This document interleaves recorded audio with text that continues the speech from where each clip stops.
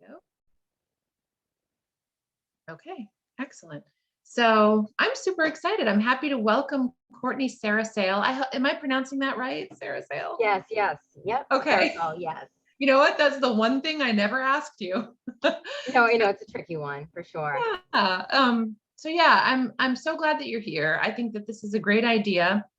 And I love what you had to say about how so many of us, we look at astrology and we think of it as like, oh, that's fun, or oh, that's entertaining. And I love it that we're going to kind of hear your take on it, which sure, I'm sure it is fun and entertaining, but also it's actually beneficial, useful. It's going to help us improve our lives, as a tool. So I love the idea of that. And I'm very excited to hear what you have to say. So welcome everyone. And I'm going to let Courtney actually be the one to go ahead and introduce herself. Actually, I will say really quick, if anybody has a question or has anything that they want to contribute, I will keep an eye on the chat. There's a few more people coming in. I'll keep an eye on the chat, so feel free to post any questions or comments in the chat. There we go.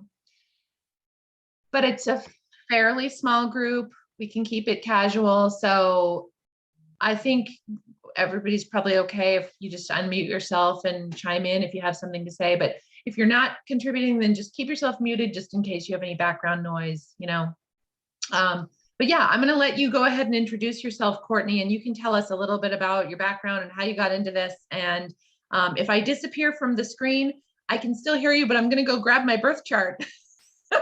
Yeah, go get it. You'll need it. Yeah. Yeah. Sure. So yeah, take it away and I'll be right back. Awesome. Well, welcome. I'm so excited for everyone to be here. I'm really grateful for the opportunity to be able to share a little bit of the knowledge that I've been able to kind of gain and really help myself understand a lot of different parts of myself through astrology. And my goal is kind of to really take it out of the idea of it used kind of like in gossip columns and tabloid kind of, like flaky gossip where there's so much more to it and there's so many layers. This class is going to be a very basic beginner's breakdown of what a birth chart is, what it represents essentially, what all of the houses represent, and in that the planets too. We'll go over a little bit about the planets, but we're really going to focus on the houses. We are going to hopefully get a few readings done as well. Was everybody able to print out their birth charts and have it with them? Yeah. Yes. Awesome. Great. And I made a little presentation well, actually it's a long presentation about a overview of all the houses. And I also broke them down into keywords because I feel like keywords are so helpful in being able to memorize and put words with certain houses for you to be able to start to gain those knowledge and points to be able to read your own birth charts or friends, or just like get a little bit of an idea of how to do it yourself, not have it done for you, because it can be very, very overwhelming at first. There's a lot of signs, a lot of pieces to it. So I really just want to try to strip it down to very basic, easy to understand way of looking at it. I have a little bit about myself. I have been practicing astrology for about 5 years now. I've been taking it really, really seriously. Well, studying it so much more the past 3 years, I would say. And I've been able to study with a lot of amazing astrologers. I've mentored with Alice and Joan, like a lot of astrologers that have traveled the world, have gained a lot of knowledge, and I just do a lot of reading on my own. And I also encourage you guys to take what I say and also do your own research and see what you can find out there too, because it's always great to be able to bounce ideas and get different perspectives about astrology, because the great thing about it is there are certain concepts, but it's your own unique perspective and take on it. I'm sorry guys, I'm so nervous, I'm like stuttering. It's like your own unique perspective, and everybody is different. Nobody has a birth chart that is like. It's so unique, yet it all connects us. We are all connected by the energy that like the planets, the sun, the moon, everything. So I'll kind of start to get into it a little bit. So when you look at your birth chart, looking at it, when looking down at it, it is going to look like a snapshot of the sky on the day that you were born, the exact day, birth, time that you were born. And it is also going to, so let me see, I'm gonna just pull mine up so I can share it.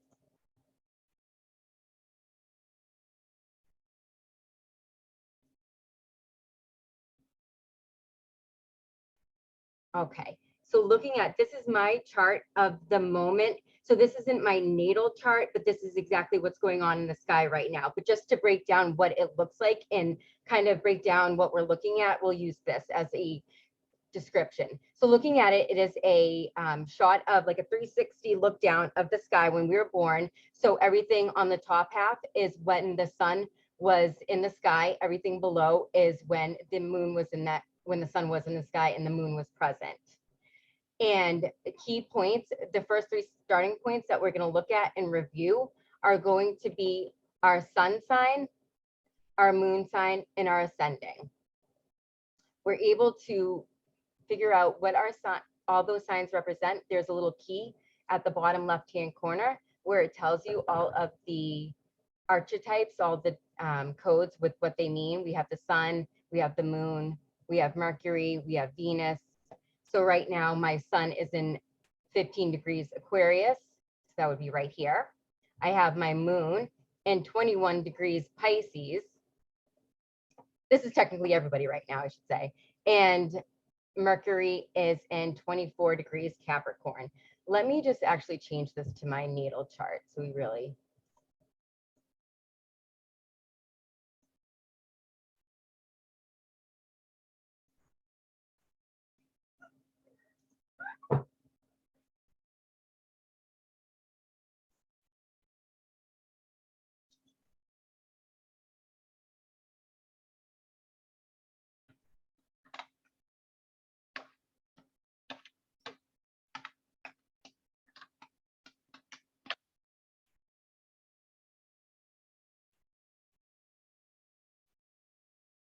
Great, okay. So right now,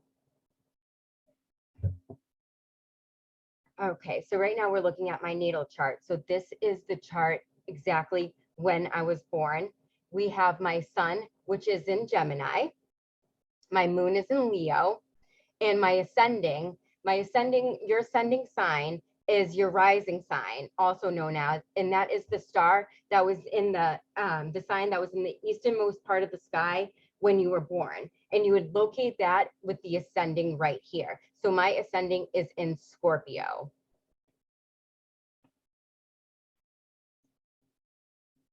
The sun in astrology is the giver of life. It represents our conscious mind.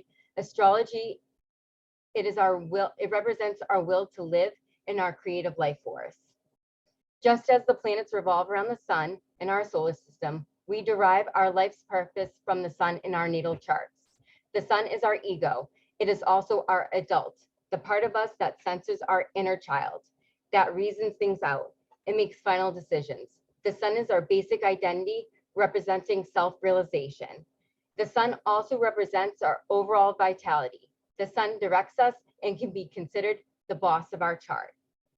So the sun is very important in your natal chart. It represents kind of our ego, kind of who we represent, our personality, our day-to-day. And typically our sun sign, most people know that is our zodiac sign. So I'm a Gemini. So Geminis are typically, they are known as very, very intelligent signs. They're very communicative.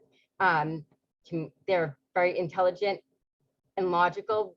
They also are very flaky in that aspect. They're an air sign, so they can tend to be all over the place. They're very adaptable. Do you guys want to unmute and let me know your sun sign and if you guys know anything a little bit about it at all?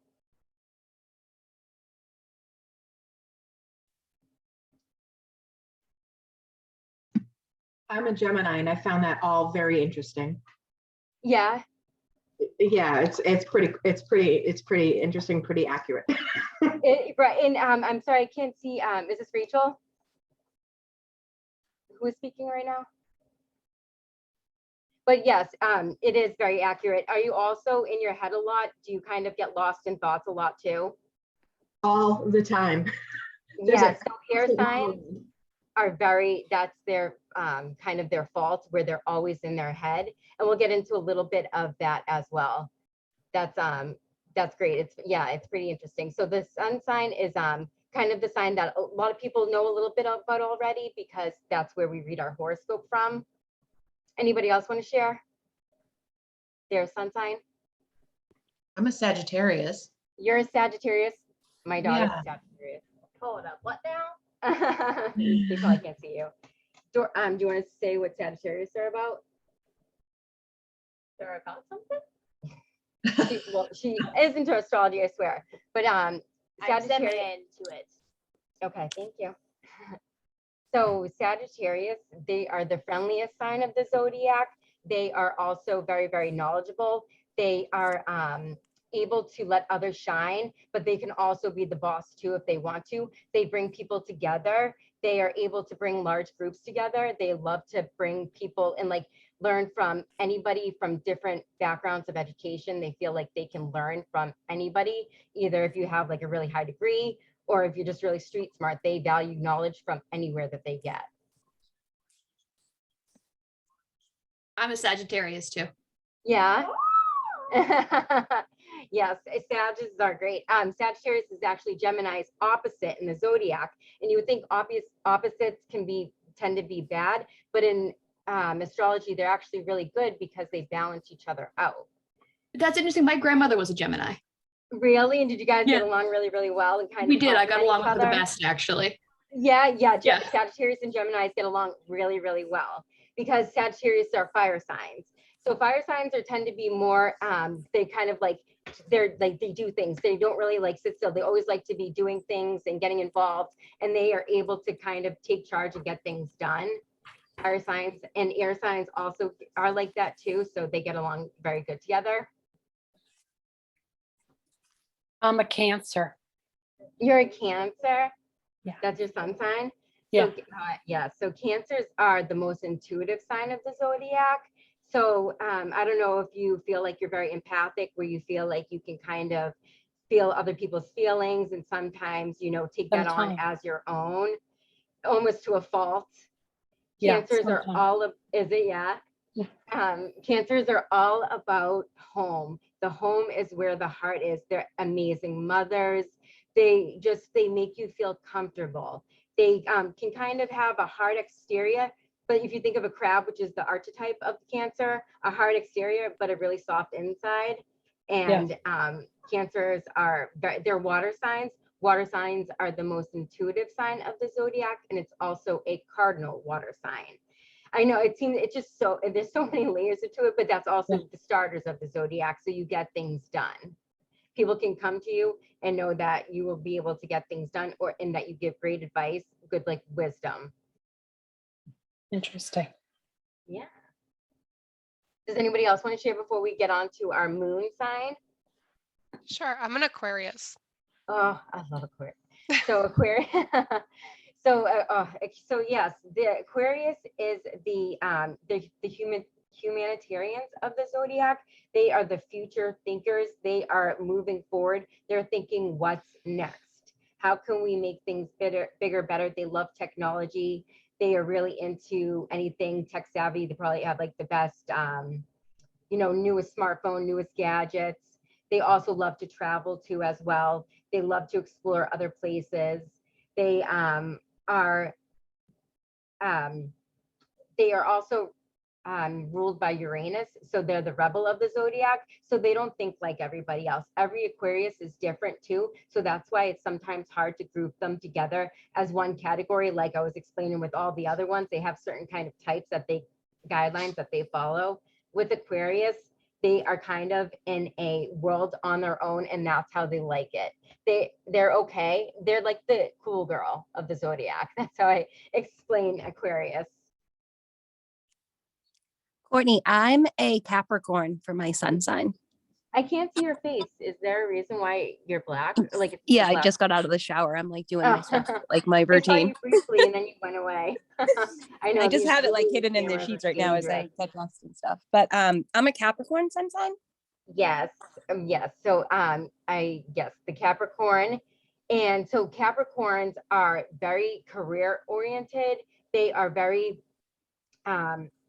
represent like higher education, higher reputation, power. They are people that like to be very driven in their careers. They're usually CEOs, owners of company. They can be kind of also very grounding, very logical. They're able to, you know, get points across. They're not one to kind of be rebellious. Like they like to think things out, be logical about things, you know, with money too.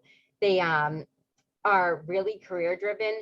They are, it's an earth sign, so it tends to be very they're earth signs are logical. They are great workers. They are good at, they're great with careers. They're great power people too as well. It's a cardinal earth sign, so they also get things done as well too. They are great CEOs, bosses. Hi, Courtney. I'm Juliana. Hi, how are you? Good. How are you? Good. My sun sign is Pisces, but one thing that I had researched before is my birthday is March 20th. So I've read about the Cusp Signs. So I was wondering also what you might know about that. Yeah, so I just kind of started to briefly look into the cusp signs, and I like looked up to see if I was one because mine's right on the line too, but I wasn't. I was like, so it's kind of like the best of both worlds because you get to fuse both, and they're like my two favorite, like the best signs, I think, really, really great ones. Aquarius, because you said it's March 20th, right? Yeah, so I'd be Pisces and Aries, right? Half. Oh yes, yes. So like yes, Pisces and Aries energy is just Aries. They are the initiator. They're the independence of the zodiac. So you might be somebody who's very independent. You're able to get things done. You don't need to rely on other people. Right. And Pisces they're the daydreamers of the zodiac. They are every type of zodiac. They're all the signs rolled into one. So they're great cooks. They're great friends. They're great at their job. They're kind of just good at everything they do, and kind of fusing those together. You're a force to be reckoned with. I can only imagine. Thank you. Thank you. Did anyone else not go? Did we all go? Yeah, awesome, great. Okay, so now that we know like a little bit of our sun sign and what that represents, our ego, kind of like our personality, how it would come across to others, what they like know about us. And so our moon sign is our emotions. Our moon sign, the moon sign in astrology is the ruler of Cancer. The moon represents our deepest personal needs, our basic habits and reactions, and our unconscious. Where the sun acts, the moon reacts. How do we instinctively react or respond to problems? What do we feel we need for a sense of security? We look to the moon. So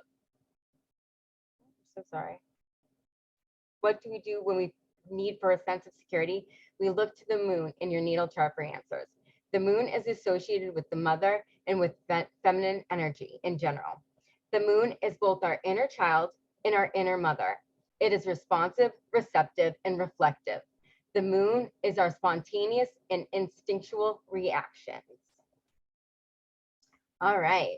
So our sun represents kind of our ego and our emotions.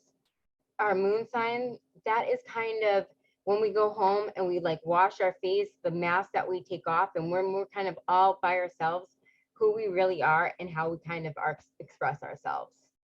This is the part that people might not see too often. So my moon sign is Leo, and Leo is a fire sign. Oh, where did it go? Oh, sorry, I thought it was.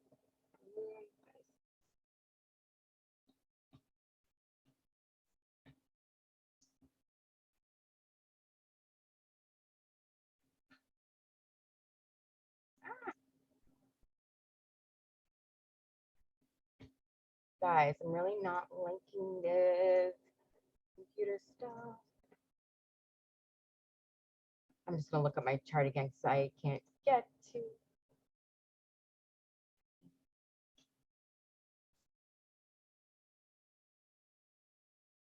All right. My moon sign is in 1 degree Leo. Leo is a fixed fire sign. So we know fire signs are, they like to get things done. They are known to like go out and have a good time. Leo is especially known to go out and have a good time. They're kind of like the party people of the zodiac. They love getting people together. Leo represents the house of fun and games.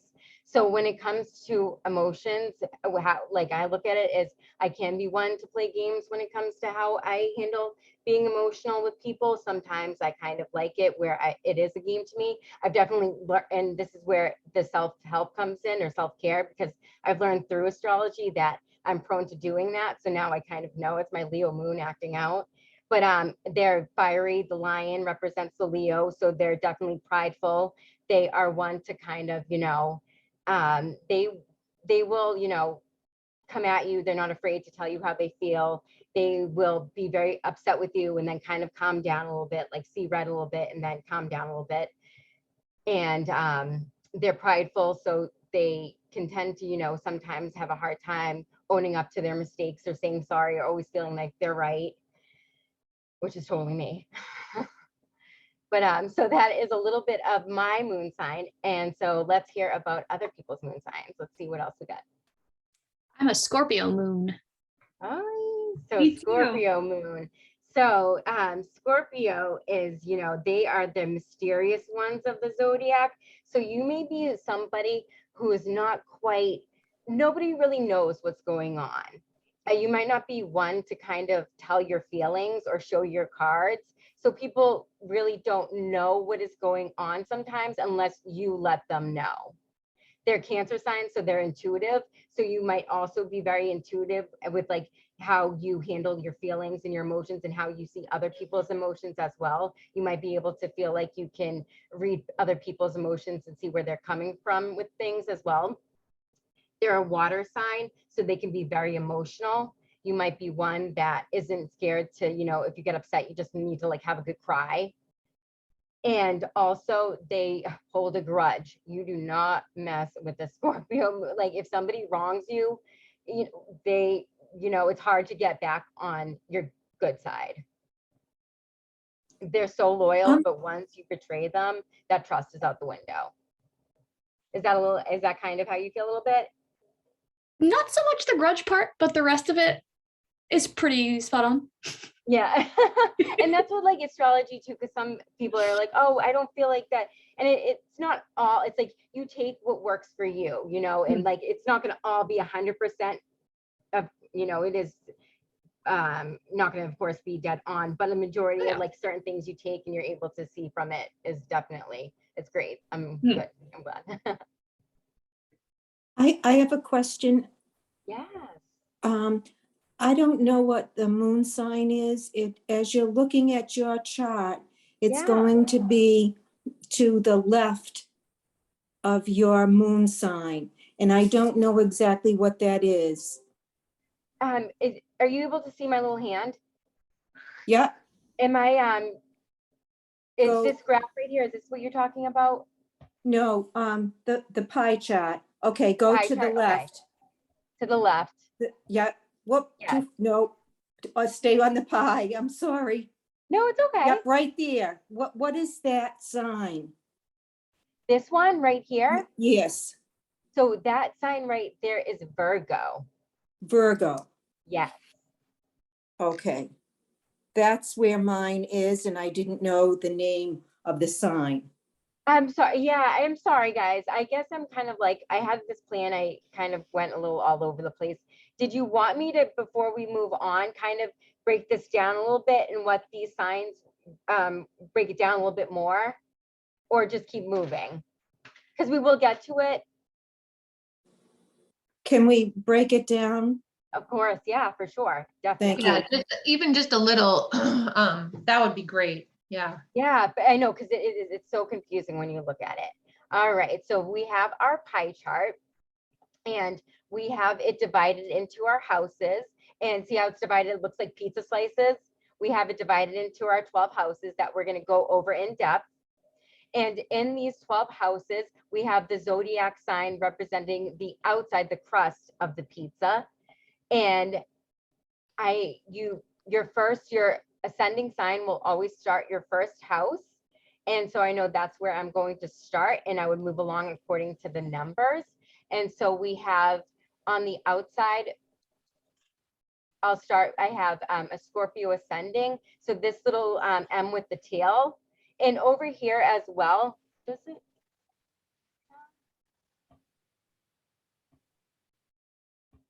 Oh, maybe. So this one right here with the tail is Scorpio. It has the planets. It doesn't have the signs. That's in my little presentation. The next we have after Scorpio is Sagittarius, the Archer, which is represented by the archetype, the Archer.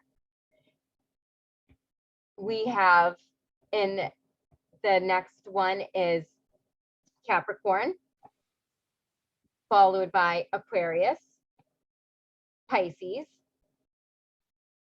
Aries, Taurus, Gemini, Cancer, Leo, Virgo, Libra. And so all of your charts will be different depending on where your ascending sign lies. So it will be different from what my rising sign is, where your birth chart will start. And so now we have it broken down into the 12 houses, and then we have these symbols inside of the 12 houses, and those are the planets. So every planet has a different personality and also breaks down your house a bit more in depth. We're going to briefly review the planets because it is so much. I really wanted to focus on the houses, and I hope if you guys like this, we can do a part 2 and really break down the planets as well. But these are the planets, and those are broken down over here, so you're able to see where they are. And this chart represents where all of your planets are sitting, and they consider the moon and sun planets as well. So you'll hear me refer to those as planets. And so what are the lines for? So those in the are your chart? transits. So that is another a little bit more advanced part of it. Okay. So we have our houses, we have our planets, but then the planets are moving. And so they're creating transits, and those transits can create issues in our lives. When there's a trine in your first house, you might be having like a midlife crisis. There's a midlife crisis. There's certain like elements that can break it down, but that is just, we don't have enough time to really get into it, the transit part. So we're not going to go too much in depth, but that's what the transits represent. And I can always, like, if you guys, this is going to be a very basic class, but I'll give you my information after if you wanted to do a more in-depth personal breakdown your chart, because there's so many types of chart, because this is our natal chart, but now we have a progressed chart because we've lived this life now and our signs have all progressed. So where your sun sign is now, it's about 36 degrees from where it started. So technically your moon sign is in the next house. So my moon sign is, my sun sign is technically in Cancer right now. There's just so many layers to it. And so this is just kind of scratching the surface, getting a small idea. So I just have one more question about the lines though. Do the colors and like, some are dashed, do those mean different things or? Yes, they do. Okay. Yes. So the red lines will indicate oppositions and squares. And so oppositions and squares are where challenges typically lie. A opposition is when two planets are opposite sides of the zodiac in the same degree, and that creates a catalyst, a spark, a change. Something's going to happen. Typically, for example, say I had a opposition in my Capricorn recently with the Pluto, which is power, and I recently got a promotion at my job. So it was interesting how it represented there was a change, something was happening. Typically, it's not comfortable, but it's necessary to move forward. So I'm just kind of comparing mine to yours. You have a lot more lines and I guess like colors and all over the place compared to like what I have. Mine's more like in on a one certain side. yeah. Is Yeah, that yeah. typical? And that's everybody's is going to look so different. Some could have just like only signs on like the left hand side of the pie chart or opposite. It is just it's not anything bad or good. That's just how your sign is. And I could also look in to see maybe there some certain transits weren't on there. I would have to kind of see it. We'll have to look at it and see after. But I feel I don't want to get too much into it because it is so much to, I don't want to overload you guys with information and kind of lose you too.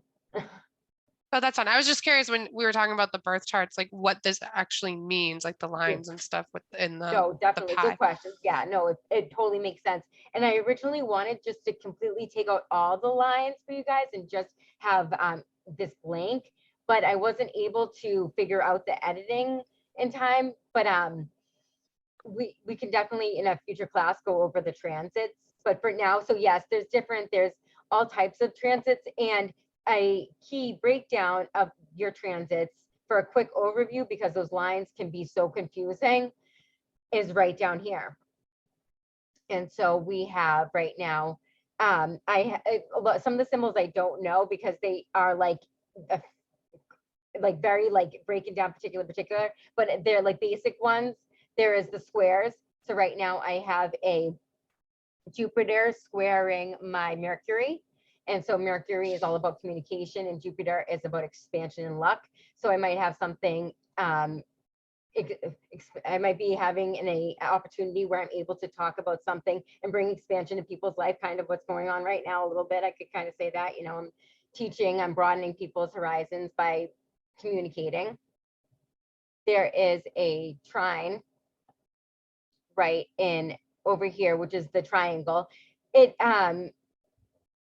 you guys, if you like, when you want to, you can look up the symbols a bit more in depth. There is just a lot of breakdowns, but you're able to go over here to kind of get a shortcut and a breakdown of what the transits are doing. So then we have the suns and the planets, the degrees they're sitting with too. So every sign, every house is 30 degrees. And the numbers can mean a little bit of something, but we're not going to get too much into that. We're really just going to focus on the houses and what they mean and a little bit of the planets. So looking at your chart, everyone is going to it's going to be different. They're going to have their sun sign, they're going to have their moon sign, their ascending, and then they'll have their breakdown of where their Mercury is. And like I had said before, each planet represents a little something. So just a brief overview, Mercury represents communication and it rules Gemini and Virgo. So typically Virgos and Geminis are good at communicating. They're able to talk to people. They are able to get through. And Venus is the planet of love and connection. It brings people together. It's about love. It's about relationships. It could mean relationships anywhere, work relationships, couples relationships, and that is ruled by Libra and Taurus. We have Mars, which is aggressive, and Venus is also feminine energy. We have Mars, which is aggressive, aggressive energy. It represents kind of like war, independence, manly energy. We have Jupiter. Jupiter is the planet of abundance. It's the planet of luck, growth, and expansion. It is ruled by Sagittarius. So typically Sagittarius is known to be the luckiest sign of the zodiac because they have Jupiter ruling it. Saturn is all about karma and kind of like your overall life purpose, big picture. It's a big picture sign. What are you doing with your life? Where is it going? And Saturn rules Capricorn. Uranus, which is the rebel of the zodiac, is represented by Aquarius, and it is the rebel of the zodiac. It represents technology. So sometimes when Uranus is floating around, you can have like some issues with technology, some computer breakdowns, some blackouts. It's about future. It's about expanding. It's about moving forward and progressing. And that is ruled by Aquarius. And we have Neptune. Neptune is ruled by Pisces, and Neptune is the planet of deceit. So sometimes when there's Neptune in your house, there could be something you might not be sure of. There could be some blurred lines. There could be something deceitful going on. Neptune also rules the tide. So it could represent something to do with like the water, or how you tend to, like, if you have Neptune and I believe I have Neptune in Taurus. And where's my Neptune? I typically tend to sometimes can spend money really, like it comes and goes, kind of like the tide. Where's my Neptune? In Capricorn. Yeah, so when it comes to money and how I handle it. So Neptune is also it's ruled by Pisces. It's about deceit. It's also about kind of like a daydreamer. What you want to do, are you really doing what you came for? Like it's a real like purposeful, like higher consciousness. Like what is the big picture? We have Pluto. Pluto is the power planet. It rules our desires. It rules our obsessions. It is the planet of, it's a sexual planet. It has to do with Scorpio. It rules addictions, obsessions, compulsions. Your true node. So these are a little bit kind of add-ons. There's so many others that you can add on too, but just our true node is where your truest, your highest potential is located. You could find that there. So right now, my true node is in Taurus, and Taurus is all about values. So right now, I currently, and also rules values, 6th house rules health. So it could be something to do with working in the healthcare field. And also Mercury is in there, so it could be communicating in the healthcare field, which I currently do right now.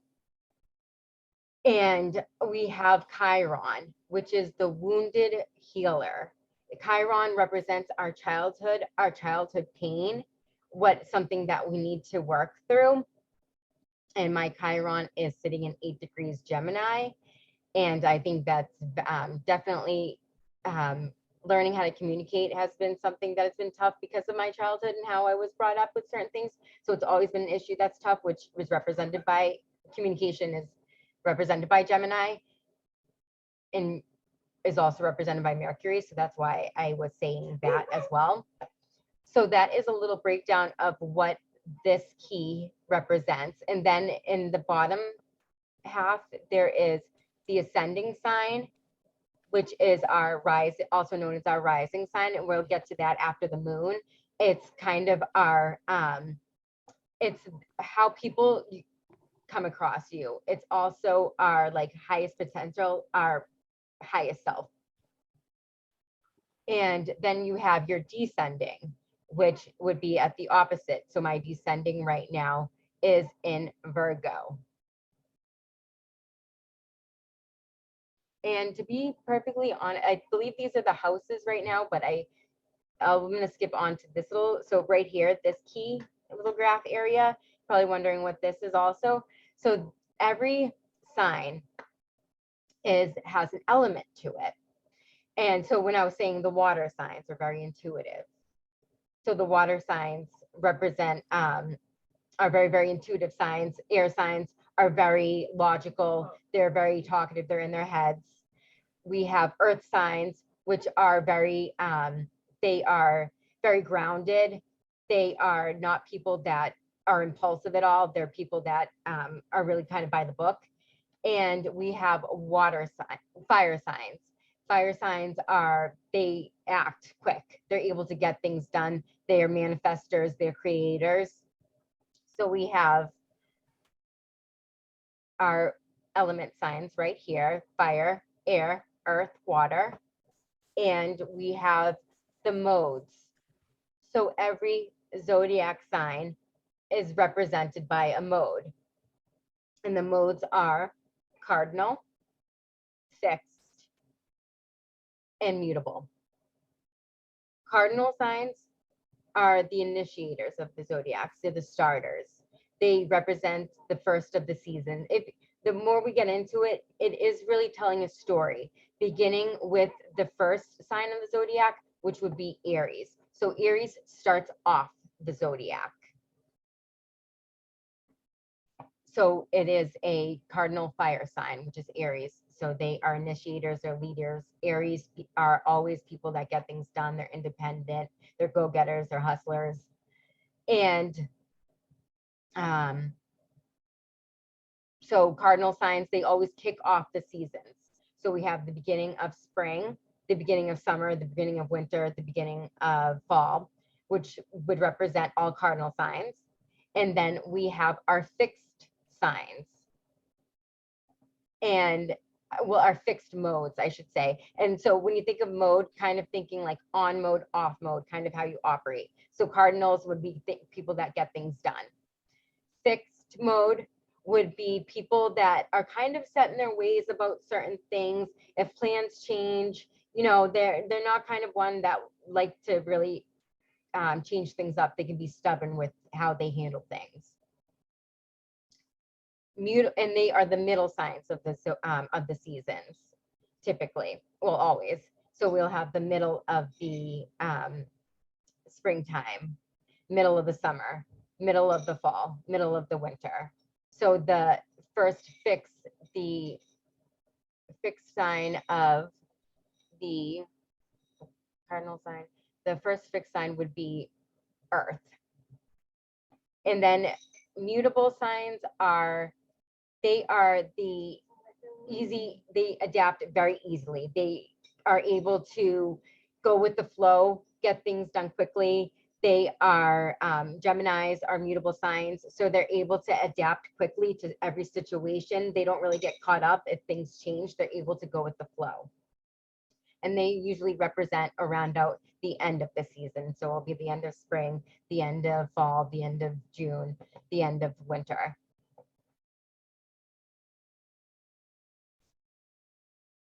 And so it has all of where my signs represent. And typically my chart is pretty balanced with where the fixed, immutable, and cardinal signs are, which is pretty accurate. I mean, right now I do have a lot of fixed going on, but typically it's pretty balanced, which is like me, you know, I can get things done. I can be stubborn about certain things, but I also can be very able to just roll with the punches too as well. I am mutable by my sun sign, so I am I'm able to easily adapt. And so then we went over this chart briefly. I kind of want to disregard because that's the transits, and we really were just going to focus on the houses. Up here would have all my information. And so now we're going to kind of get back to the moon sign, the rising sign. We're going to break those down, and then we're going to get deep into what each house represents. And then, can you hear my daughter? Is that what you guys are laughing? Is that what it is? Yeah. I could hear her. Mia, please. Emotional parts happening. I know, but please, I'm watching. I know. Okay. What is she watching? What are you watching? A series. It's like Inquiring minds want to know. like a fight between two characters. What's the name of it? And then just like so dramatic and happy. Okay, so it doesn't have a name. It does have a name. What is the name of it? Debbie Academy. WW Academy. It's anime. It's not anime. It's a Minecraft series. Oh, it's a Minecraft series. God, she sounds just like you, Courtney. Do you think so? Yeah. that incessant. Oh, Katie, that's what I'm like. Who said that? I'm Dark like Courtney's corner down childhood below. friend. We met when we were You, like his Satan. age. Just kidding. Um, Okay. All right. So we will now so go Courtney, back my moon to sign is a Cancer. your rising sign is a Cancer? Yeah, my moon sign. Oh, is your that moon correct? sign is a Moon Cancer. sign is a Cancer. Oh, okay. Yes, the moon. So a Cancer moon. So the moon is in home in Cancer. So you are emotionally a very emotional person, intuitive. You are very caring as well. You can be very emotional too. You're not afraid to cry. You can be kind of also a little bit hard too with how your emotions, you know, like you don't kind of want to, it's hard for you to tell people as well, but once they get to know you, you really open up and let things really like flow, so to speak. And you love being home. You're a homebody by nature. Cancer moons love to be at home. They really enjoy and being at home. Yeah, And that's pretty true. We know that, Courtney. I was thinking that. I'm like saying it. I'm like, yeah, that's, yep, pretty right on. Right Me on. and Katie knew each other since childhood, so. And did anybody else want to share their moon sign? Mine's I'm in just- Virgo. Your moon sign's in Virgo? Yeah. Okay, so Virgo is a mutable earth sign. It is ruled by Mercury. So when it comes to how you your emotions are, Virgos, they are the devil's in the details when it comes to them. So it's kind of, you know, they want things done a certain way and they can get upset if it's not done how it's supposed to be. They can get very emotional. They are also hermits. It's represented by the tarot card Hermit. So they can be social, but they really like to be alone, and emotionally, they might be very guarded in that aspect and kind of feel like people may not understand what they're going through, so they choose not to share it. Okay. You What also can be very happens when mindful you about have, how you handle your health as well. What was that? what happens when you have, I have my moon, Mars, and Neptune in between two houses. So when it's in between two houses, it's kind of jumping. So you'd want to see which degree it was in. So it'd be the planet where the most, if the planet, it's going to be split, and where there's the most degrees is where you would read that planet. You'd essentially read it with both zodiac signs, but you would take the most info for which zodiac sign the planet was in the degrees in. So it looks like it's in two, but it's only in one. When we look at your chart, I'll explain it. So I'll show you kind of on here as an example. So right here, it looks like there is two planets in my first house, and there is two planets in my first house, but they are separated by two different zodiac signs. So we have Scorpio and Sagittarius, and we have 24 degrees Saturn, and I have 16 degrees Uranus. So I have Uranus and Sagittarius in my first house, meaning I could be, when it comes to like how my personality and how I express myself, I could be very outgoing, rebellious, kind of like to have fun with groups of people, kind of more of a like going out, having fun type lifestyle. And then I also have Saturn in Scorpio. Saturn is the big picture sign.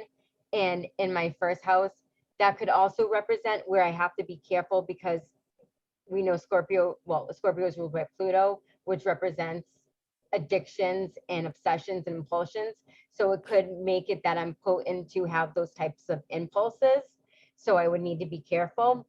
You would read with both of the signs that they are in and kind of make them work together. You would use both signs with that reading in the planets. Did that kind of break it down a little bit? I know, I feel like it's just a lot of information too. Yeah, it's just, it's like confusing, but you know, I think it's a learning process also. For sure, for sure. Let's go back into, let's get into the breakdown of the houses, because my idea was to hopefully go a little over what the sun, moon, and rising sign represent, because that's a great starting point, review the houses, and then look over our charts, and I can kind of really go over questions and explain how everything kind of works and the planets play out. The planets also are like a whole nother story too, but I'll try to break it down as best I can. I'm sorry, this is my first time doing something like this, so I'm trying to learn as I go as well too. No, I think you're doing great, Court. Oh, thank you. All right. Does anybody else want to share their moon sign?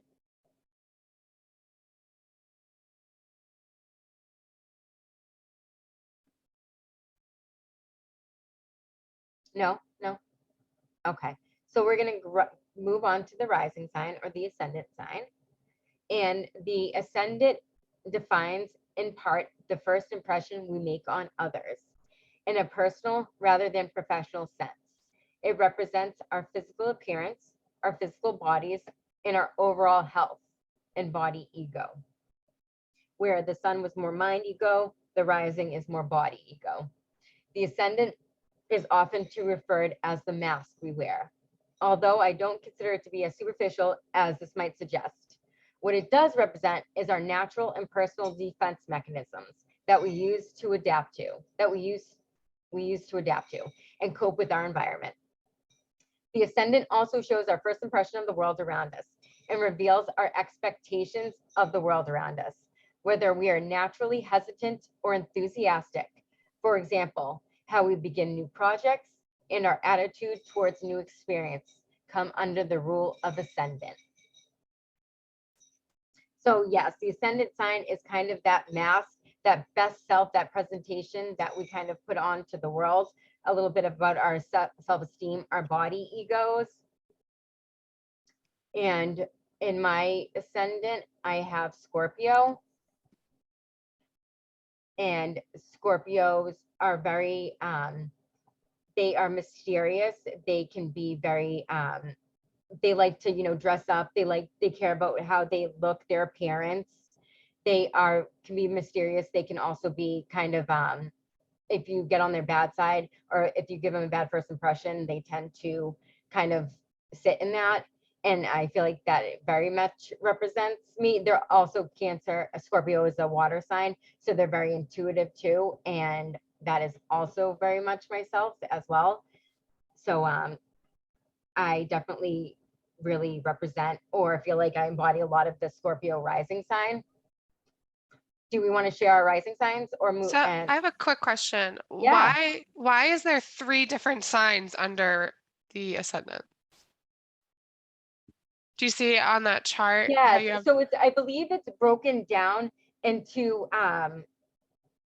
honestly, that I kind of reviewed it. I wasn't like super duper sure, to be honest with you, Okay. and I didn't want to give you the wrong information. If I had to say it, it has to do something with the houses, I believe, but I wasn't positive because it's 2 and 3 and then 1, 11 and 12. So I wasn't quite sure. I just know what like this like ascendant means and this descending means. Okay. This little breakdown, I wasn't quite sure. I had like learned it, but I forget. And I So didn't it's want to not give you as the wrong important information. as the first one is basically. Yeah, exactly. It's not, it's just like a more detailed breakdown of it. Gotcha. Okay. Well, mine is Pisces. Right. Oh, okay. So yeah, so Pisces are the nomads of the zodiac. They're kind of the gypsies of the zodiac. So you might be kind of like very you know, easygoing, how people come across, like can come across you. You could be maybe also somebody that comes across as like, could be kind of maybe a daydreamer as well, kind of, you know, they are ruled by it's ruled by water. So you are somebody that's also very intuitive. You might also love going to the water, being around the water. You can be also very confident. Pisces are very confident about themselves and how they feel about certain situations and how they come across to people. Okay. Do you feel like that as you? I'm not really a confident person. I mean, that's something I'm working on, but I think I do come across as confident to certain people. So I could see where. Exactly. And like, it's more how people, like people's first impression of you. Right. And I mean, and it's also, yeah, it's like a spectrum, but it also could be, I mean, you could be very confident in certain areas. We're just our own worst critics. You know what I mean? Yeah, exactly. I'm not good at anything, you know? But you could be something that like you are somebody who's always going to keep evolving and you're not stuck in certain ways. You're able to kind of really grow and kind of break through and see like there's more out there. You could be also very, spiritual and kind of looking to different ways of enlightening yourself as well. I feel like, yes, very enlightened too is a great word to describe Pisces. Okay, thank Able you. to see there's more, there's a bigger picture than what is here. Courtney, my ascendant sign is Capricorn again. Your ascendant sign is in Capricorn. Yeah. Is that kind of strange? Because No. I'm so new to all this. Like my birth sign, I think it is Capricorn. Yeah. And So then you something have else double, is a yeah. Capricorn. So, Well, I that mean, brings up a good question. Sorry, I don't mean to interrupt, but No, it's okay. like what Katie's saying, I have a bunch that are in the same sign too. Does that mean my personality tends to go more towards that sign, or? for sure, definitely. Okay. So if you could, my husband is a Capricorn sun, Capricorn moon. So he definitely is, he has a lot of Capricorn traits.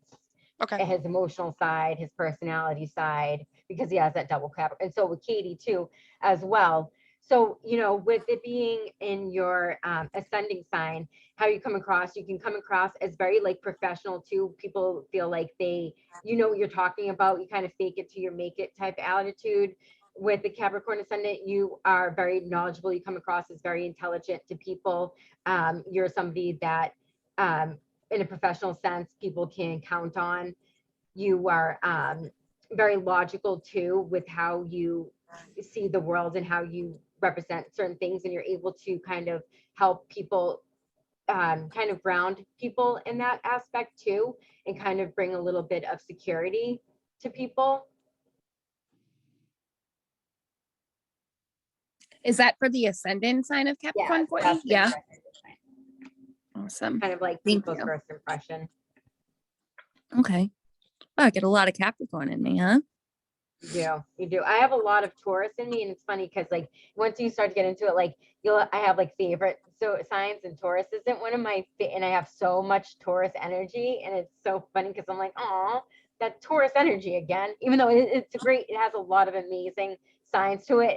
I don't find it personally really, really fascinating. So I'm like, oh, but no, it's nothing. It's not bad. Nothing's bad. There's no wrong or right. And that's the great thing about it. It really is your own kind of unique interpretation on it. There's basic principles, but it's how you see it, how you interpret it. And there's so many layers to that. My rising is Libra. Libra. So you are going to come across as somebody very balanced to people. You are going to kind of be that the mediator. You might be the mediator in your family. You might be the one that people go to when they're having issues with people, because you're able to see both sides. And that's the great thing about Libras, is they're able to see two sides and not judge, see two different points of view and try to fuse both together. They love being in relationships too. They are Libras represent like the relationships of zodiacs. So you could be somebody who does very, very well when you are in a relationship. Also, they are very fair. They're an air sign too. So you are somebody that is going to be a great communicator. You're able to kind of bridge barriers and get people to come to, people are able to trust you, and you're somebody easy, you're a confidant to people. Does that sound kind of like how people kind of see you a little bit? I would hope so. That's definitely Emily. She's one of my best friends, and I can say that's very. Oh, thank you. Oh, that's awesome. Yeah. Courtney, my ascending sign is Virgo. And what I find interesting too is my ascending sign is Virgo. My moon is Scorpio. And then when I looked at the true node, that's Scorpio as well. In the, is it Chiron, or how do you pronounce that? Chiron, yeah. Yes, that one is also Virgo. So I see a lot going on here with the push and pull with Virgo and Scorpio there. Yes, yes. And two very different signs too, as well. So that also can also maybe bring up some little bit uncomfortable or issues as well. And so ascending sign, you said was Scorpio or Virgo? Virgo, you said was your ascendant. Yes, the ascending sign is Virgo, moon sign Scorpio. Moon sign Scorpio. Okay, so yes. So did we review your moon sign? I don't think we did. Oh, okay, yeah. So the Scorpio moon is going to be somebody who is can be very emotional. They can be somebody who just needs to like kind of cry. They are also people who are very loyal. So when they get their feelings hurt, they feel cut to their core. And it's like, it's hard to come back from that. Once you break a Scorpio's trust, emotionally, especially, it's like not a good idea. They are like first impression people too. They come across as people who, if you give them a bad first impression, they kind of keep that idea of them in their head and kind of get over it. They're also very loyal too. So how they deal with their emotions, they want that back as well because they are loyal to a fault. And Scorpio also represents like death, transformation, rebirth. So you may also too be able to kind of like, it's a phoenix too, it's resurrection. It's like always being able to kind of come back stronger and learning something about it and coming back better than before, like coming back better and stronger and better than ever. You're able to learn from your mistakes and really grow from them. Absolutely. Ascendant sign in Virgo. Virgo is they represent like health, and it's an earth sign. It is represented, it is the Virgin is the archetype in the zodiac.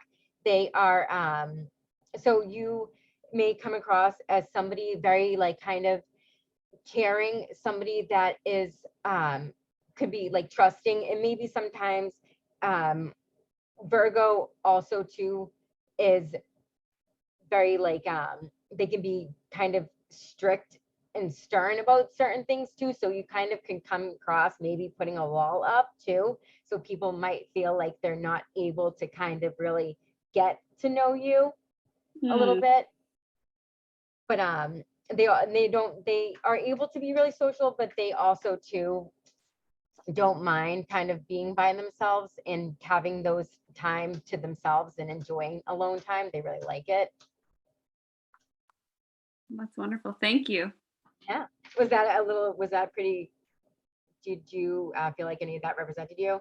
Yeah, I definitely do. And I feel like there are also like, when you look at this, connections to, family members too. You can see my mom is a Virgo, so I feel like a lot of that makes sense there too. Yeah, and it's that's so interesting. Yeah, you will start to see a lot of connections, and there's stuff called synastry charts, which you could do your mom's and your chart reading, and it would kind of see how your relationship would interact with certain layers of your story. You can do that with couples. You can do it with any kids. It's a really, and you'll start to see some recurring themes and some stuff that will pop up a bit. And that it's the fun part of it for sure. That's great. Thank you. I'll have to try that.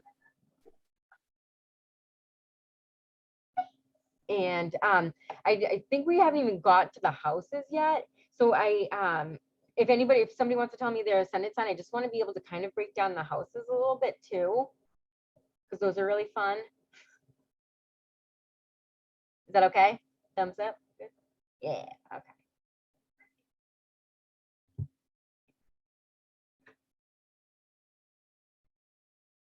Okay, and so for this little breakdown, a little bit of the planets. Many planets will cycle through and visit an area of life for each person during their lifetime. When a planet moves from house to the next, it is called a transit.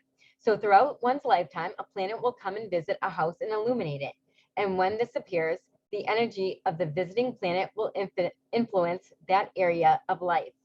Since each person has their houses in different places and are in different sizes, a planet transiting an area of life for you, it may not be the same experience for somebody else. We experience transits and the movement of the planets in a dual manner, and this is because astrology operates on a couple of levels. Collectively, this is based primarily on the movement of the sun. Individually, this is based on your natal chart. Popular astrology overemphasizes the movement of the sun, which is part of the reason why astrology can seem fake. It is hard to put any sort of stock in something that doesn't really seem to show up in any way we might expect it to. Horoscopes are written and created based on the movement of the sun, just one aspect of who we are.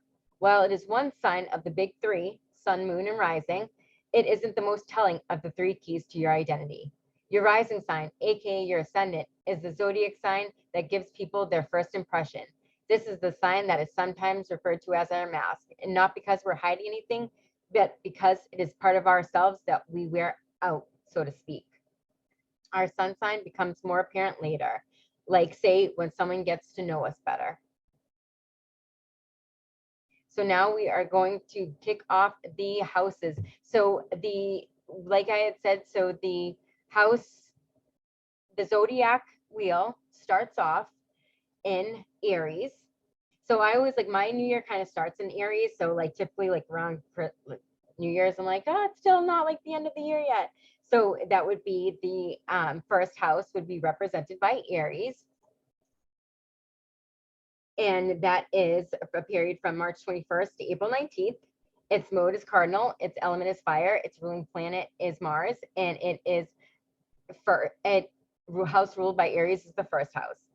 It has some compatible signs: Leo, Sagittarius, Gemini, Aquarius. Least compatible: Capricorn, Cancer, Virgo, Scorpio. Aries people tend to be energetic and forceful and outgoing. They're good at getting things done, they prefer starting to finishing. Like the energy of the first rush of spring, they move into the world in a headstrong, pioneering way. Aries people are likely to rush into things before reflecting and may also be impatient or unwilling to sit back and allow events to mature. They have great vitality and a tremendous need to be physically active. Aries people are strong-willed and are self-centered about pursuing it, so that they may try to dominate other people until they learn to be more subtle about getting their way. They also have an acute need for love and affection. Aries people benefit from self-discipline so that they can channel their abundance energy in a more constructive way. And the first house in astrology represents our ego. It is where our rising sign lives, and it sets the course of your life. This house deals with first impressions, your mask, your outward expression of self. This house also deals with how the world sees you, its impression of you, and what you are known for. First house keywords would be ego, identity, self, first impressions, independence, catalyst, initiator, spirit, fire, enthusiasm, danger, lust, energy, drive.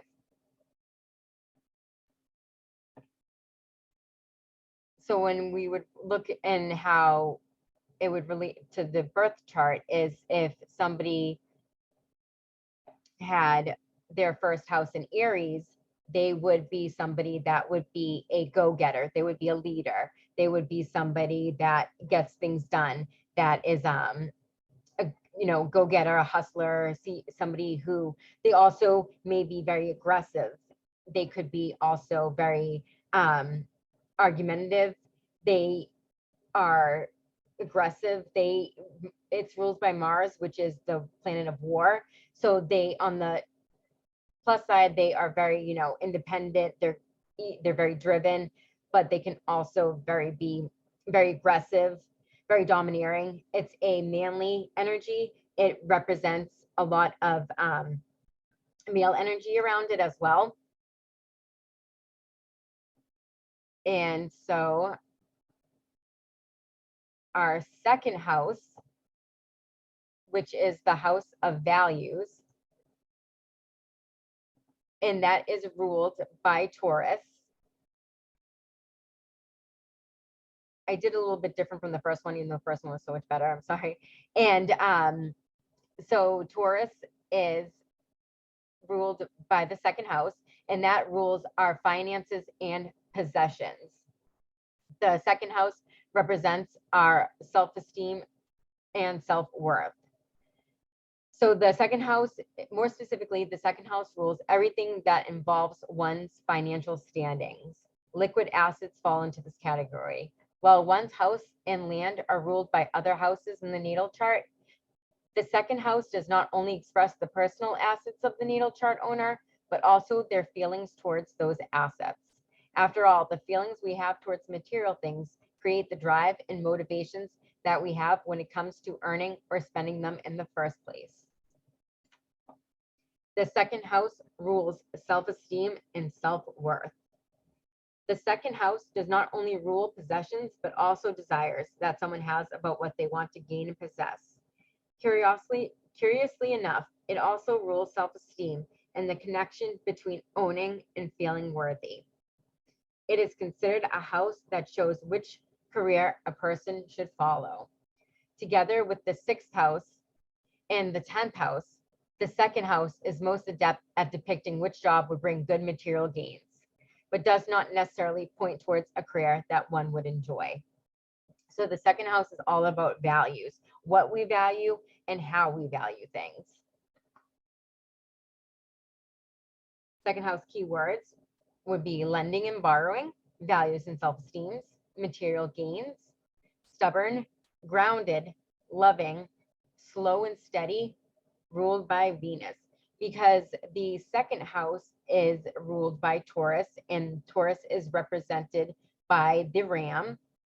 I'm sorry, by the, is it the ram? Yes, because Aries is the bull. No, the bull. I'm sorry. Taurus is represented by the bull, and the bull is like pig-headed. They're typically stubborn. So Taurus people can be very stubborn. If we look in our house, so in my second house, which is about values, I have Neptune in my second house, and it is in 3 degrees Capricorn. So when I was going back to about values and money and Neptune, it kind of like sometimes how I deal with money, it's like the tide, like it'll be really, really good or also not so good because I can spend it quickly as much as I get it. I can also kind of, be a little smoke and mirrors when it comes to how I value my career. I constantly might be double checking it, thinking, is this the right career for me? Because Neptune brings up ideas of deceit and conflicting arguments. So I might be constantly kind of thinking, is this the right career for me? Because we know that Capricorn represents our careers and our power. So I always kind of might also have a hard time with self-value, how I see myself, how my self-esteem is. I can, tend to have really good days, and then also sometimes not so many days. It can kind of fluctuate a bit with Neptune. And a question too, also, so people might say, well, what if I don't have a plan in the house? What does that mean?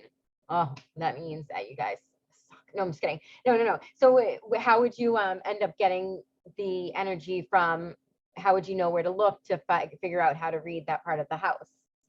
Well, if it doesn't have a planet in there, because you'll see that sometimes there 2 planets are in the houses, you would just look to the zodiac sign and you would read that house with the energy of that zodiac sign. So I didn't have my Neptune planet in there. I would look to Capricorn to give me guidance on my second house, what that would mean with how I look at how I value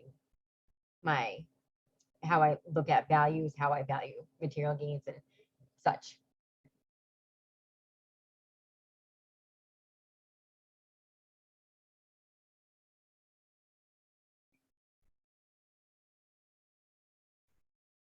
The third house rules communication and technology. The third house is ruled by Gemini. It is represented by the twins, which is one of only a few signs that is represented by human beings. Geminis it is represented by the twins because they're known to have dual personalities. They say, you know, you don't like a Gemini right now, stick around 5 minutes, you will, because their personalities tend to change really quickly, where, you know, you might not like them 1 minute, but you can, because they're always constantly kind of changing their ideas.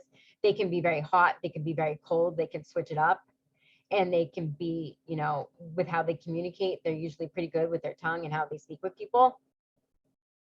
Third house rules communication and technology. It is our correspondence, travel, one's skills and talents, and additionally referred to in a particular area of the natal chart. Having Mercury as its ruling planet, the third house is in charge of communication. Consequently, the house incorporates both the activities that surround communication and the technology that one employs to transmit knowledge. Phones, letters, and even little strolls to see nearby companions are altogether subjects of the third house. Even televisions, radios, the internet, daily papers are an imperative piece of mass communication. The third house also rules language. The houses typically rule about 4 points. I put about, I would say like average 2 to 3, because I couldn't fit all of them in. I just didn't want to also pack so much in there. But the third house also rules language. Watching which planets are situated in the third house, can enable us to comprehend through what lenses we are seeing reality. Remember that it rules low-level correspondence and discussion, thus chit-chatting, social visits, and casual banter are certainly likewise spoken here. Needs and wants to be educated and communicated through this third house as well, and also a considerable measure of issues surrounding how one uses the web are to be seen here. An active third house can make somebody a blogger, a data addict, an admirer of languages, or just somebody that likes a decent joke. So the third house represents communications, how we communicate our language and how we communicate.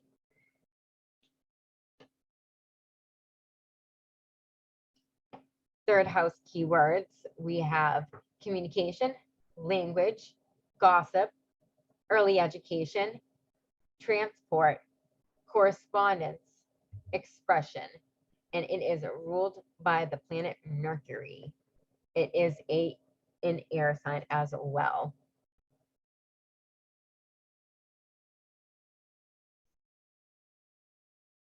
Do you want me to go into my chart and kind of read it in my third house? Did you guys like that, or should I do that at the end? Yeah, I like it house.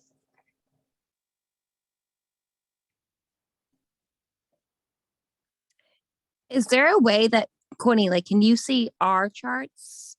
Because the houses and stuff, like, I'm a beginner.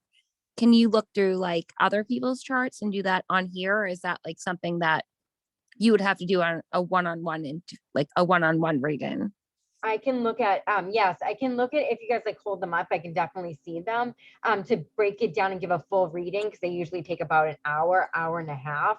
I wouldn't be able to do it, but I'm hoping to be able to do a little, like the sun, we kind of did the sun, moon, rising, but look at quite a little bit of everybody's chart to just see certain, you know, if I can point out certain things that I see that really stick out. I'm hoping to be able to do that with everyone's. But that's why I said at the end, I'll give you my information. Of course, you know my. Yeah. Courtney, I'm already booking with you. You're full like out reading, or even the couples reading, the synastry reading. So this is so interesting. Yeah, especially for being so new, it's so interesting. That's why I just wanted to interrupt you real quick and ask. But you're my friend, so I can send you my birth chart. So yeah, thank you for doing this. An excellent tool to be able to kind of just understand yourself a bit better. I mean, we're all crazy. It's just kind of understand. Well, I know I speaking for myself, it's understanding like my kind of crazy. Oh, yeah, it's understanding like, oh, this is why I am how I am. Yeah. Cool. But then, you know, there's the natal chart, but there's also free will and chaos. So that also comes into play too, where things might not always go as well, or you might not always be exactly like the sign or the reading because of those factors as well. We just, you know, but it's really spot on. It's helped me so much. It really has. And yeah, I love it. I'm glad that you guys are enjoying it. I wish it was a little bit easier of a breakdown, but no, you're doing great. I'll let somebody else speak. So, okay, so going to the third house in my birth chart. So the third house represented right here. So my third house sits in Aquarius. And so our third house represents communication. Aquarius is represents usually like future forward thinking, humanitarian work, travel. And I also have Jupiter in this sign. So it's a pretty good, whenever Jupiter's around, it's called a benevolent planet because it's to bring good luck and expansion. People back years ago, people have been studying astrology back into like the Mayans, and when Jupiter was around, they knew something good was going to happen. So in regards to, I might be a good communicator. I might be able to use my communication to bring awareness, and I'm able to speak to a lot of different type of people. I might work in a career where I travel and communicate. I might expand by doing something where and it kind of am where I do my readings. I travel. I travel and I do a lot of readings now. And for work, I also travel too, and I communicate and speak with patients all day long. Aquarius is also the rebel of the zodiac. So I also could be very free spirited or open-minded in how I think too, as well, and how I communicate. Also, I could be could be a gossip too, because it also does bring like that low level too, where I am kind of a little flake sometimes, or you don't mind enjoying a little bit of gossip. And so you'll notice too with your birth chart, some planet like the sun, moon, Mercury, Venus, Mars, those are constantly moving, constantly on the go. But when you get to the planets that are so much further out of the earth, further out of the zodiac, they move a lot slower. So they tend to, they rule generations. So like Pluto, it will typically be in this for your lifetime. Saturn also moves like every 27 years. So those are considered generational planets. Well, they'll rule a generation.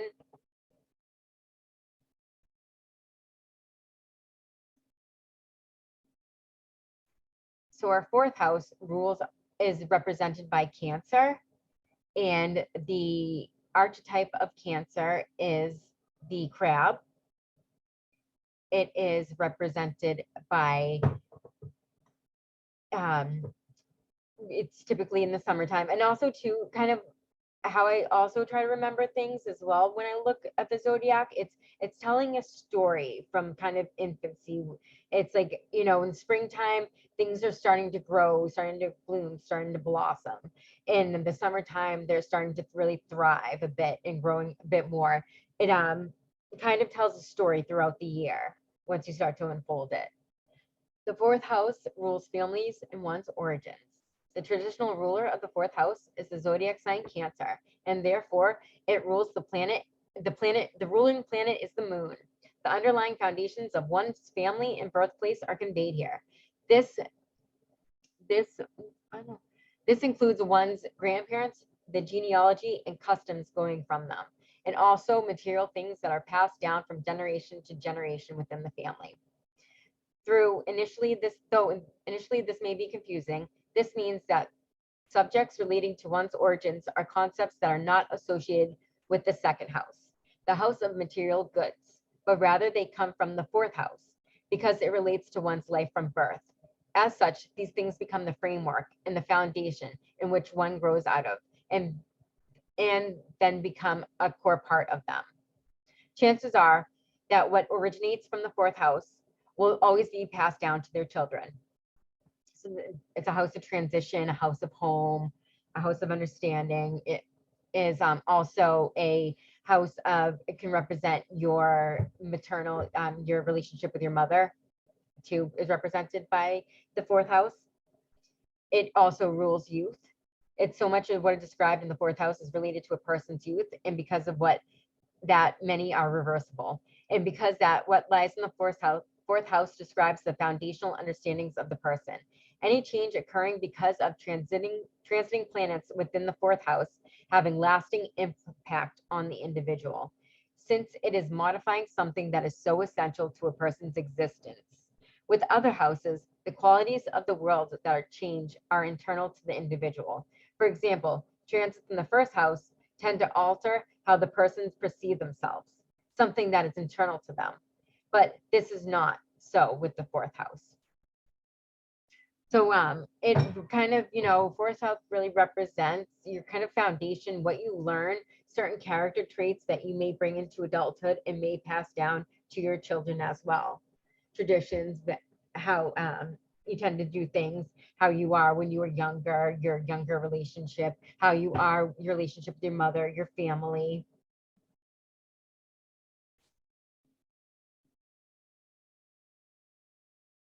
Fourth house keywords: family, home, youth, intuition, homebody, nurturing, emotional, ruled by the moon.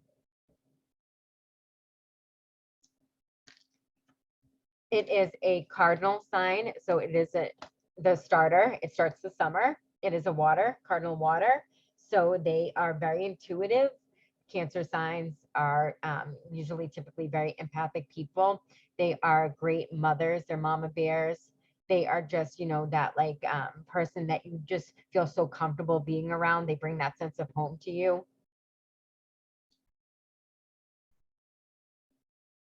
In my chart, my fourth house is, I do not have any planets sitting in my fourth house.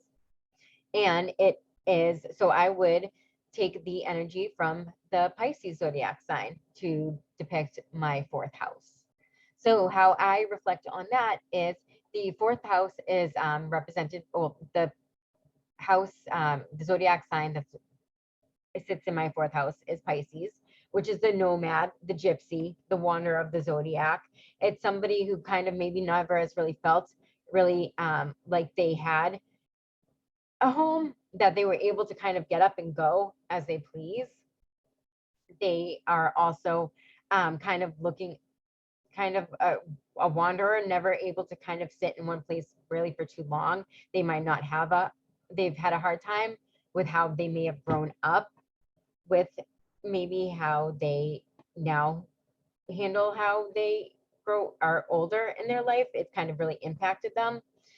And also too, they are the kind of daydreamers of the zodiac. So they also, when it comes to home, I am not opposed to maybe living in other places, other experience, other opportunities. I'm not really stubborn or fixed that like I'm not leaving the town that I grew up in. I can be very open-minded to where I see my home. Anybody have any questions about like the fourth house or any of the houses that we went over so far?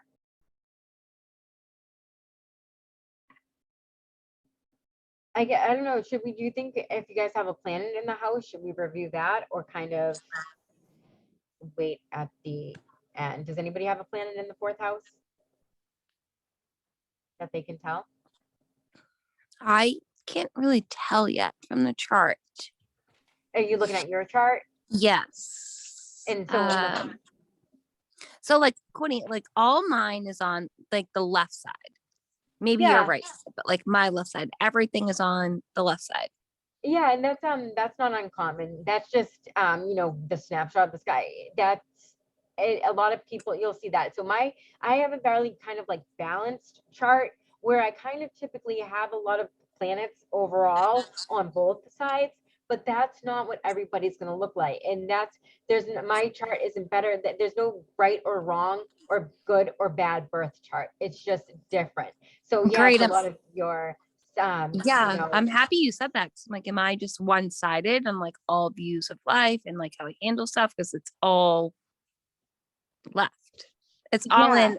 And I'm so new to this. It's like I'm all in MC 18 at the top. Like everything is on that side. Yeah, mine is very similar as well. Oh, it is? Okay, well, Kind you're on of. timer. Sorry. Because like I yeah, don't have anything in my second, third, fourth, fifth, sixth I don't either. house. And that's okay. And if you see like this Zoom user right now, she has it up and she doesn't have any, she has something in her first house, but nothing in her second, third, fourth, fifth. It just it was the daytime when she was, it's all above the northern hemisphere, and that's just where the sky was. It doesn't mean any, I mean, I guess in your birth chart, you know, it could represent that impacts will happen a little bit maybe later on in life, where there'll be a lot more significant changes that happen maybe a little bit later in life and not necessarily at the beginning. But you also have the zodiac signs that represent, so that's where you're able to tell. So just because you don't have a planet in your first house, that doesn't mean that we're not able to tell how you may express yourself. We would look to the zodiac sign, like I just did for the fourth house. Because I didn't have a planet in there, I used the Pisces energy. And what So we if know there's a about. planet in the house, that's what you go with. Otherwise, So- it's whatever the energy or the. So I get, like, it's kind of like, yeah, like when you're cooking, you know, it adds like, so, you know, you would kind of use, well, you would use all of it, but with the planet, if there's a planet in it, that would be the like significant energy that you would read off of it. You would use all of it. In astrology, I would use all of it. I would use your planet sign with the zodiac sign at Saturn, what that house represented. And I would use all of that, but the planet would really kind of give me a more like kind of more adjectives on how you would kind of handle things. I So use it what all. happens if your house has more than one planet in it? So that's, yeah, so that's great. Sometimes they have 3, that's called a stellium. And so typically that means that, you know, it's impactful. That house means something to you. You're meant to do something with that house. That energy is going to be heavy in your life. The energy, whatever that house represents, if that's, you know, your 4th house or your 3rd house, your 6th house. Yeah, because mine was all to one side, and I have like 2 or 3 houses that have about 3 signs in them. Yeah, that's Okay. so I would use all of that information. I would, depending on what planets they were, sometimes planets don't get along together so well. So that could explain a little bit of conflict. I would use all 3 of them and to explain along with the zodiac sign. So that's why, like, it's good to have an astrologer. It's because it is so complex. There's so many layers to it. But you would use all of that energy, and that So- it's great to have. Means something. Sorry, I didn't mean No, to. it's okay.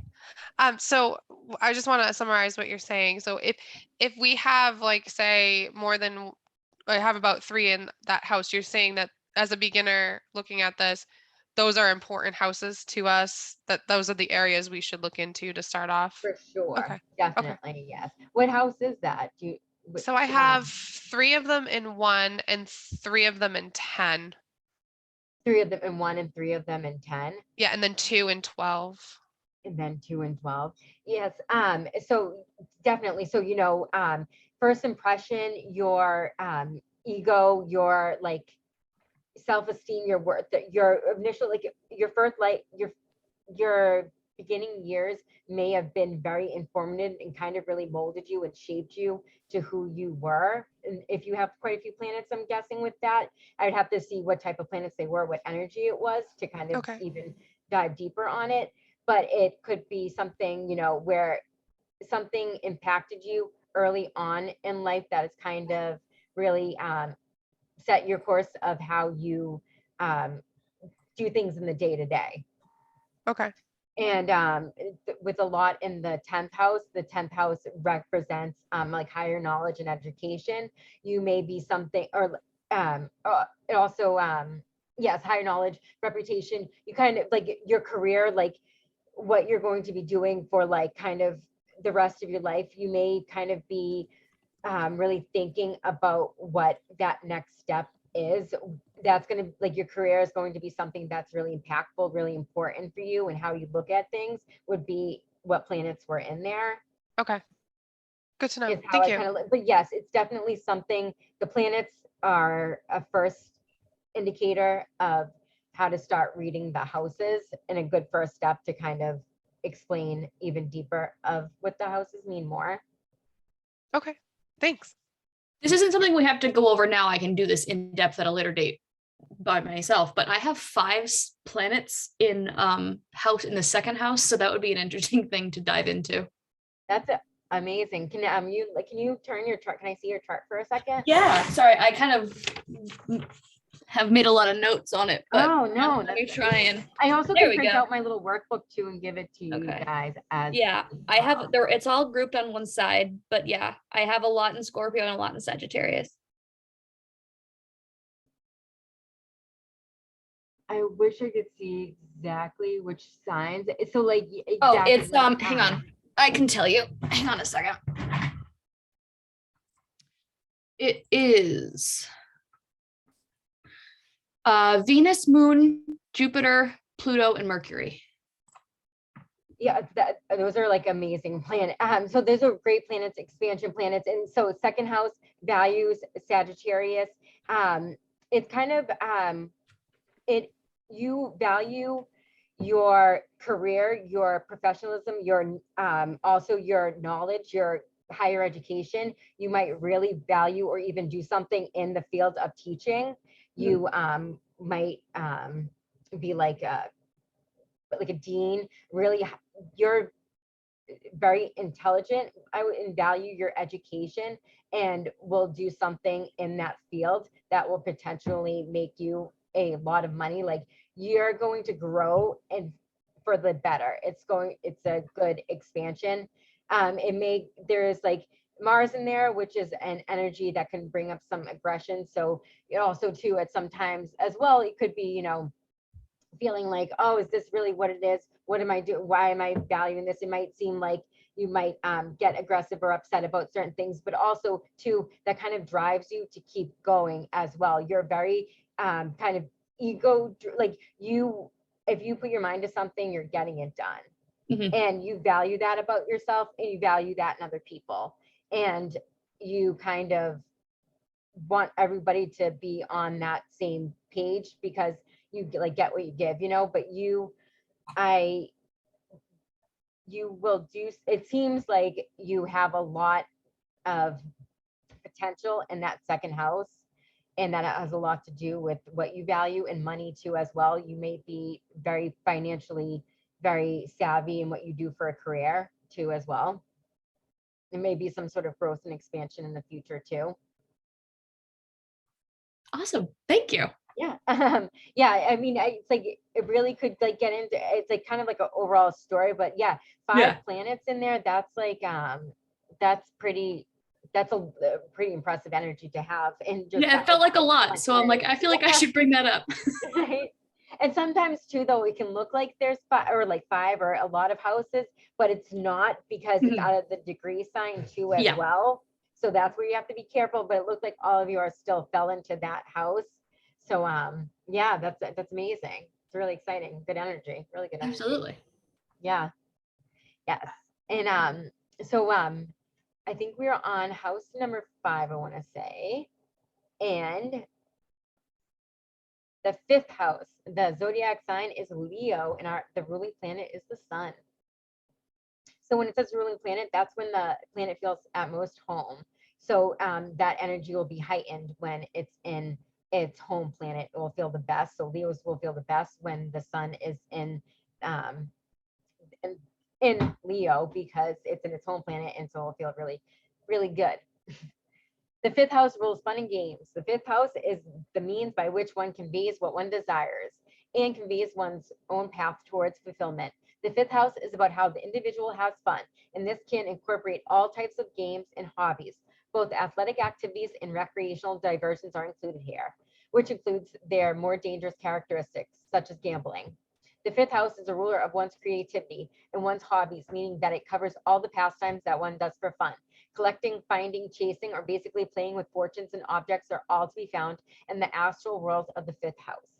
The 5th house rules non-romantic sex. Aside from hobbies, the individual's obsessions and fixations all fall in this house as well. The difference between a hobby and a fixation is somewhat unclear, and these two are distinctive sides of the same coin. For example, sex as a recreational action is likewise to be seen in the 5th house, restricted to romantic and meaningful sex, which is controlled by the 8th house. The fifth house alludes to casual sex as a fun game or as another athletic exercise that keeps the body and mind sound and alive. Even flirtation, dating, meeting new individuals, and playing the game of romance is additionally thought of a subject of the fifth house.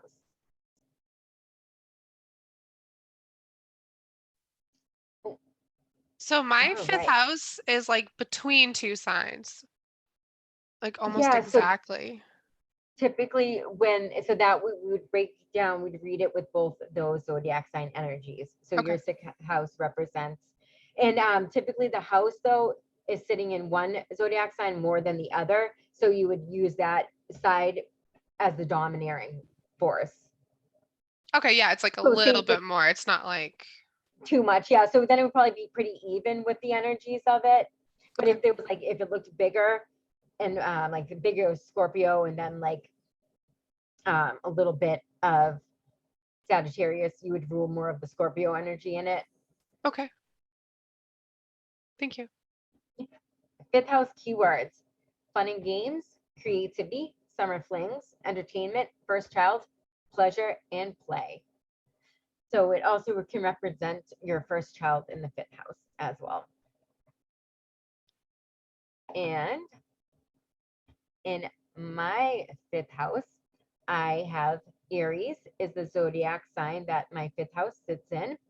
And I have Venus in my fifth house. Venus represents love, values, relationships.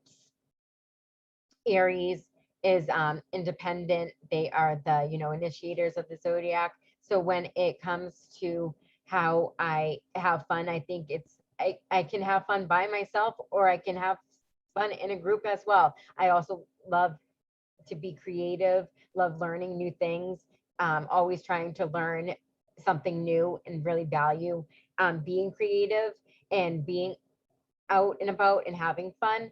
Also, Leo energy is in the fifth house, and I have a Leo moon. So I can be one to have fun and maybe been known as the life of the party, or just somebody to have fun with, or creative. Would be somebody that has Venus in their fifth house in Aries. Anybody have any planets in the fifth house?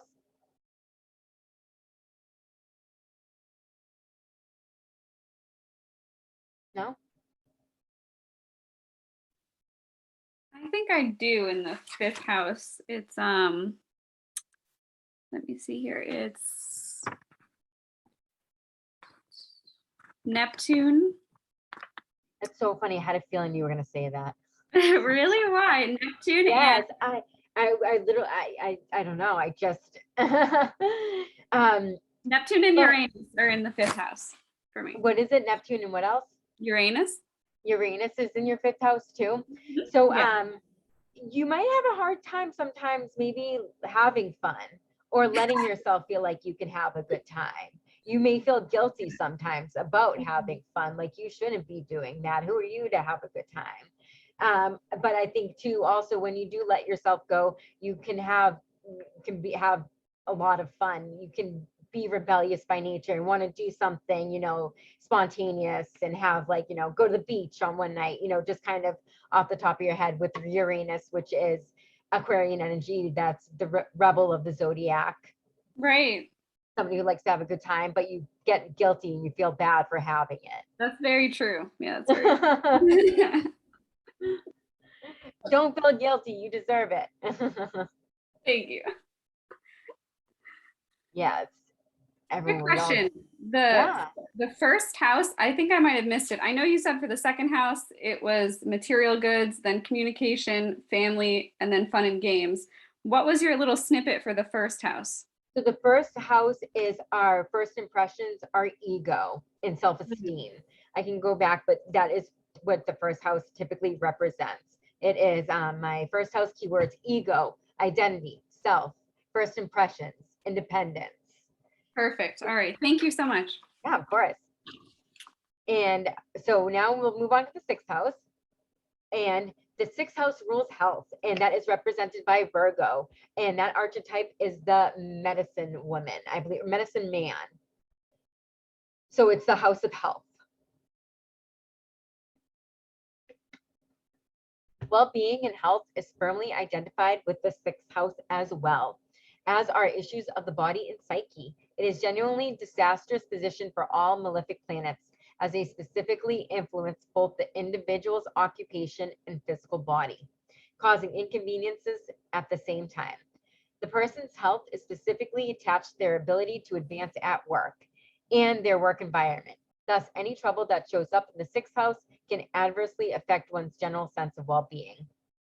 The sixth house rules healing. One's eating routine and day-by-day schedules are also fields that are governed by the sixth house, as well as recovery and healing. People with planets here may have abilities to comfort others, individuals, bodies, spirits, and souls. And therefore, we can surely believe that, most medical attendants have a cluster of planets in the sixth house. Individuals that have a strong healing capacity can have Chiron situated in the sixth house and may use their abilities and talents in spiritual ways. So the sixth house is all about health and taking care of your body, mind, and souls. They are also Virgos are creatures of habit. Typically, they like a routine. They feel like they thrive in a routine. And the house of health is represented by keywords: health, healing. It also rules pets, vitality, daily routines, duty, grounding, detail-oriented, hermit. It is ruled by Mercury, and its zodiac sign is Virgo. Can I interrupt for a sec? Yes. So, well, this is, I mean, the volume of information that you have here is incredible. I mean, I'm blown away. And I think, but yeah, we're kind of like, we've lost a lot. There's 4 people basically. Oh, I didn't realize we lost people. Yeah, people have, because we're going, I want to be cognizant of the time. So it's almost 8:20. I'm thinking, maybe, is there any way that you can like share some of these slides with us after the fact, or yeah, I think I could even send them to all. If you guys give me your email, I could probably send it to everybody in an email for them. And I can typically, if you want, just go, because there's 6 left, I can just do the keywords of the rest of the houses, or unless we just got to go. it's kind of up to everyone else. I mean, I think, I feel like we've come this far. If we're done by 8:30, then, that's a win. But I'm just, I can't even, I can't believe how informative this is. It's amazing. Well, I'm sorry. I know that's what my fear is, trying to like break it down in a way. There's so much. I mean, like it was just like. Yeah, no, I totally get it. So is there any way that this can be like converted into a PDF or something like that, where we can just kind of scroll through all of the details and all of the characteristics and everything? Think so. I might have to get, because I did this on Canva, and I did have Pro, but then I canceled it. I don't know. I'm not like the most tech savvy person, but I'm sure that I could probably save this as a PDF and definitely send it out, because I was gonna let you guys know, if you wanted a copy of it, I could send it out anyway, and that way I can send it as a PDF. I'm sure I could do that. Yeah, and I would say don't stress about it. Like, take your time. If you can't, you don't have to do it like by tomorrow or anything. You can take your time. Yeah. Yeah, I mean, if you want to like kind of wrap up, if anybody has any additional questions, yes, you want to go through those last 6, that's fine, And this, I mean, if I know, I want to be mindful of everyone's time too as well, because I know this did go over. I mean, I guess we're kind of at the halfway point right now, because there is 12 houses, and it's kind of like the first half of life, and now we're getting kind of, and it usually deals with more personal. The first 6 houses, more like personal to you, and now the 6 through 12 kind of deals like how you kind of deal with the outside world and how your outside values reflect. And just briefly, I'm just gonna kind of end it. 7th house rules marriage and long-term relationships. Just to quickly go through the rest of them, of make these a little bit better. 7th house keywords: we balance, contract, legal matters, justice. It's Libra would be the house that it's represented by, the zodiac sign. The 8th house is represented by Scorpio, and that rules our sexuality. And keywords would be like kind of power, occult, sex and death. This is resurrection, rebirth is represented by Scorpio as well. The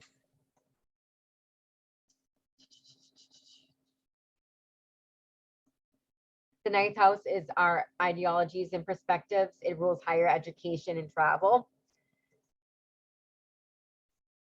And our 10th house rules career.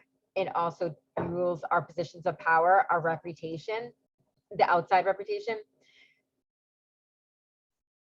The 11th house rules our ambition and wishes, and it also rules friendships.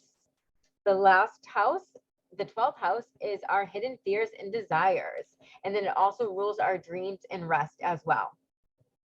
So it was so great doing this with you guys. I really hope you were able to learn a little something, a little insight. Does anybody have any questions, comments, concerns before we wrap up today?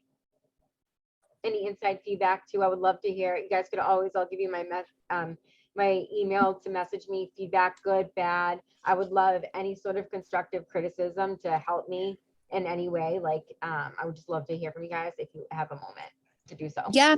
Courtney, I want to say congratulations. You did so good, especially from somebody like me. I don't know much about any of this, and I'm so excited. I'm going to hit you up right after you hang up, and I want a full reading from you. Like, I'm excited. Thank you for educating me on this, because Yeah, I didn't think I know a do lot too. of the houses and stuff. Thank you. I'm definitely going to hit you up for a reading. We all deserve a reading. I look at it self-care. And so like how I use it day to day, I guess, how is, I typically always kind of like, my astro.com, it's really easy. Your moon sign and your sun sign. And I'll typically know kind of how my emotions might go for the day, what's coming up. Is certain, today it was actually a great day because Mercury retrograde, and Mercury came out of retrograde, and typically retrograde is when Mercury retrograde is like when communication can get disrupted, you feel like you can't communicate properly, and you'll probably hear that, oh, it's because Mercury is in retrograde, stuff like that.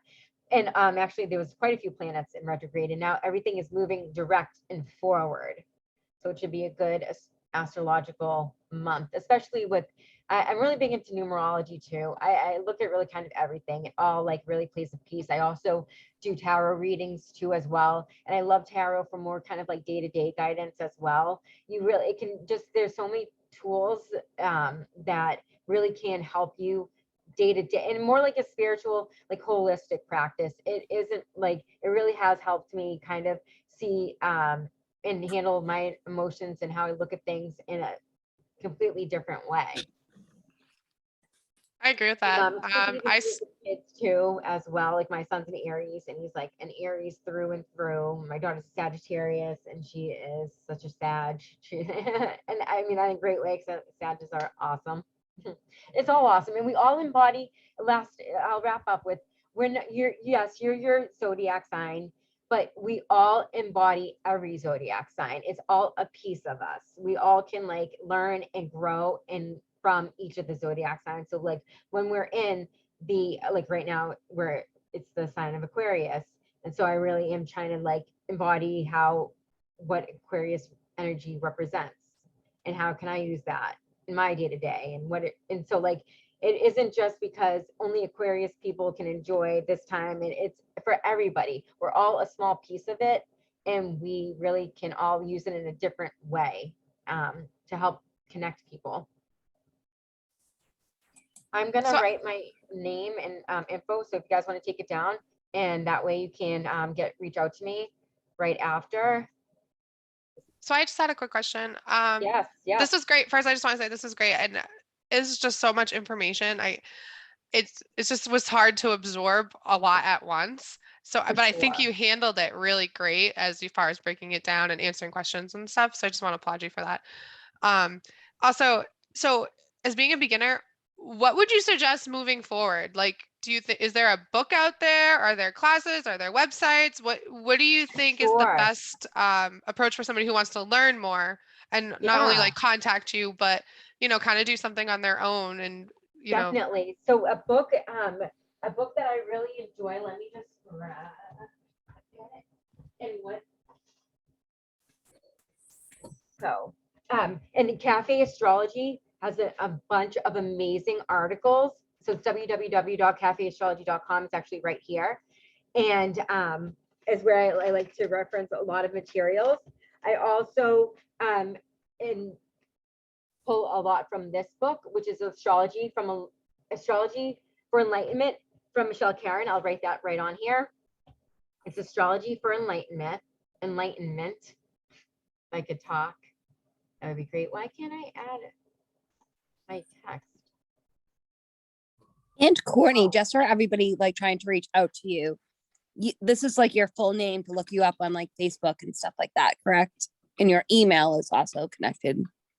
Yes, yes. I need to get a separate website going. I had one, and then they took it down to kind of like rebrand it, and I haven't got it back up since. But yes, I'll give you my direct number. And yeah, because I do a lot of, if you guys want to find me on Facebook and Instagram, I'm constantly doing astrology breakdowns, dated like monthly, typically what it represents, and tarot readings. I do a lot on my, not a ton, but like some of my Instagram too, and Facebook as well. So Astrology for Enlightenment from Michelle Caron is it's a very easy book to learn. It breaks down the houses, the zodiac signs, all of that. And to start learning about the planets, if you wanted to even get into the transits too, because you seem really curious about the transits. oh yeah, yeah. Planets in Transit by Robert Hand. So does astrology like this, does this relate to the tarot cards? Yes, it does. Yeah, Okay. it kind of goes hand in hand a little bit.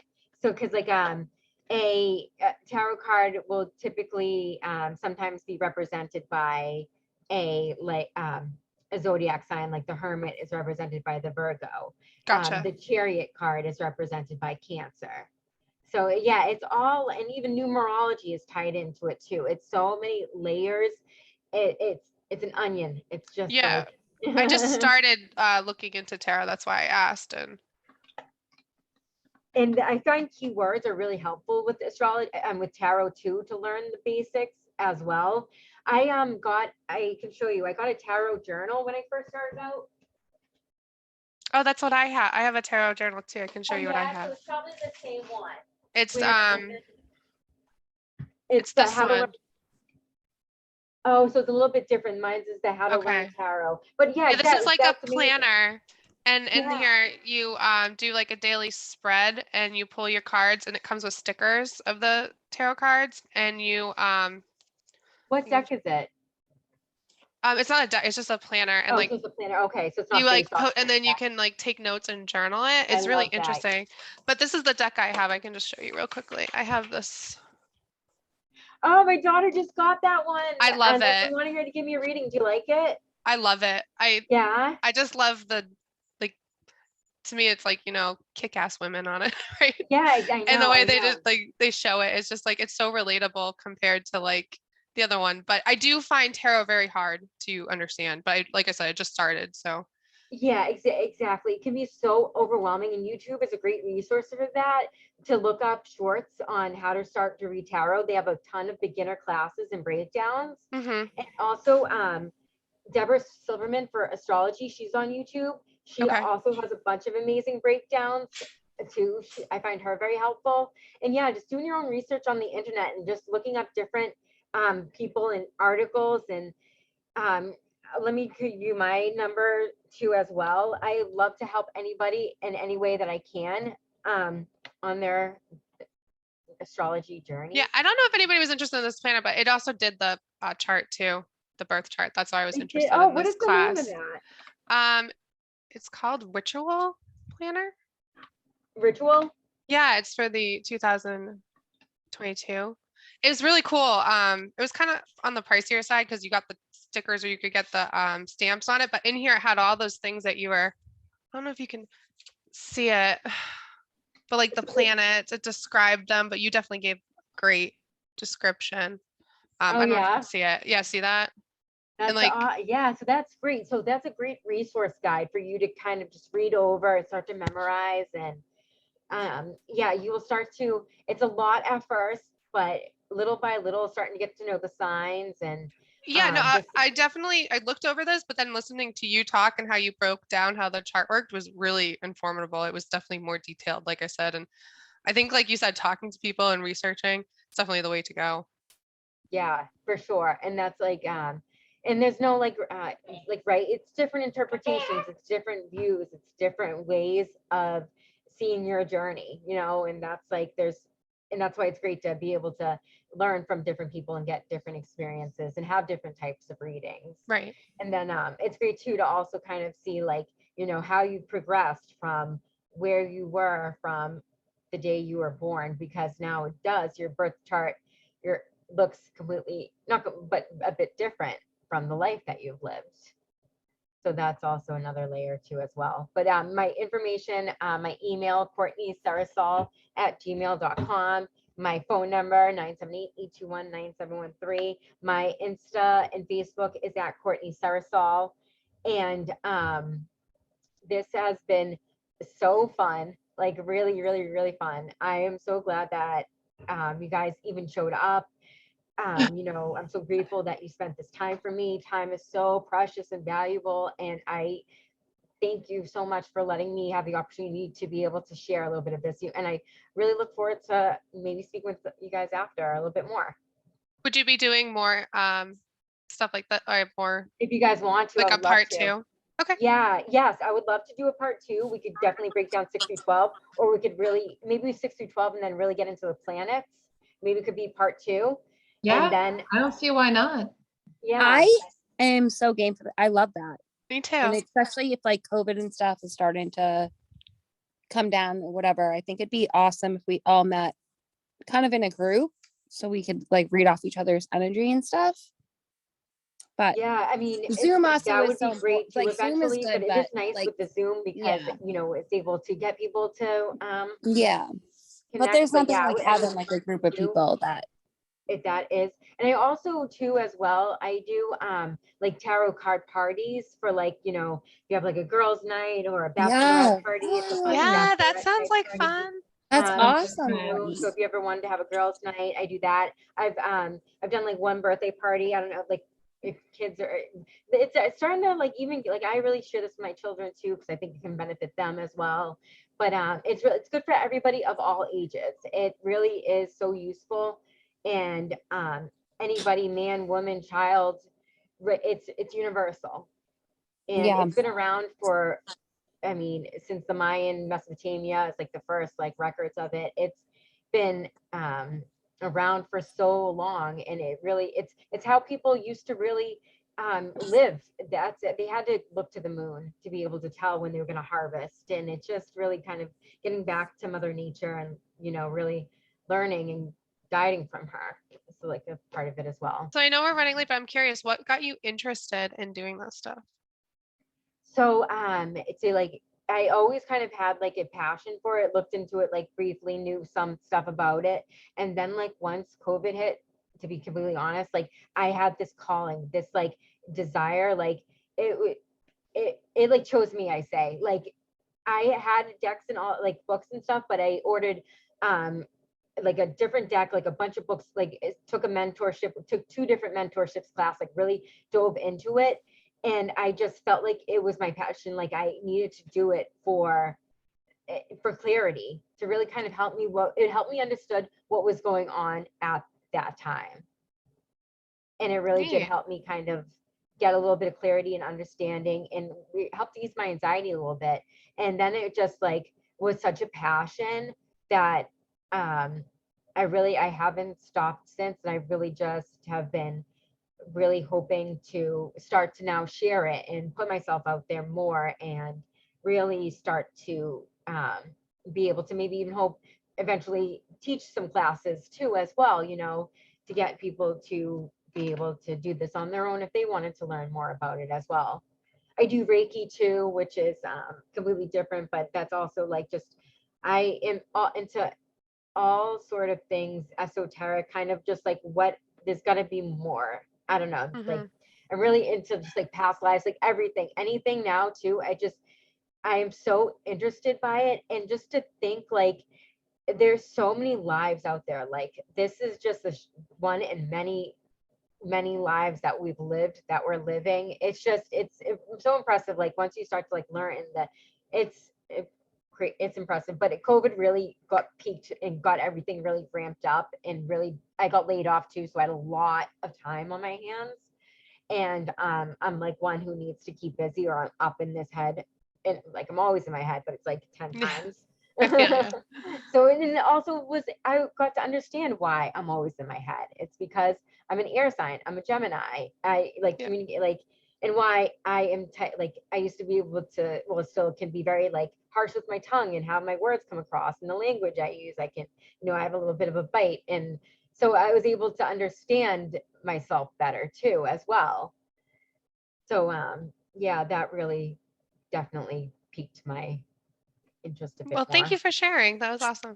Yeah, thank you, Courtney. And I just want to add, as like a childhood friend from Courtney, like she's always from day one in like 7th grade, 6th grade. She's like, did you see your horoscope this week? Like, this is your horoscope. This is it. Like, I'm a Gemini. Like, I'm a Gemini. Like, Courtney has always been Remember, in I always line feel like with karma. this, and I've always just been so I've loved to intuitive, see her just doing like it. new, like I don't know.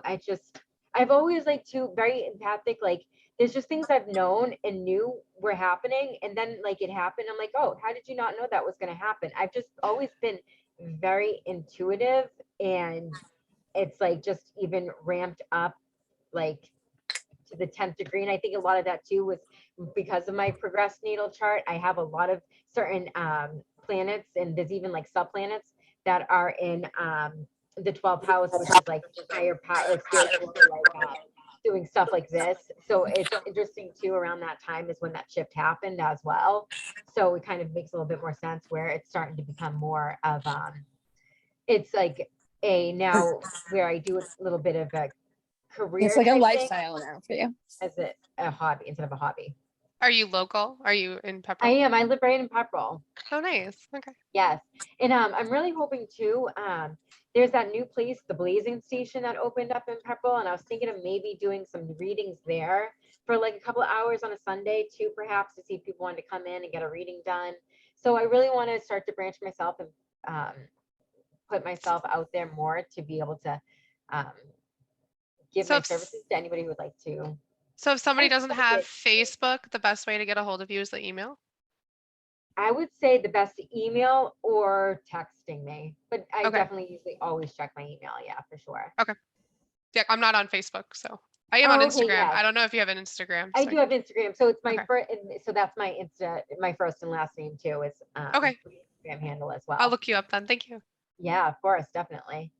Yes, I know you I guys. love your passion. You are just your energy and your passion is just amazing. Oh, thank you. I don't know. I can't imagine why anybody wouldn't want to work with you. Oh, thank you. Oh. Oh. Right. Well, thank you everyone for coming. It's really been just awesome. I know, like this was so like I didn't know what to expect. I didn't think people were gonna even sign up, and I'm Yes, just like they blown away. did. Like.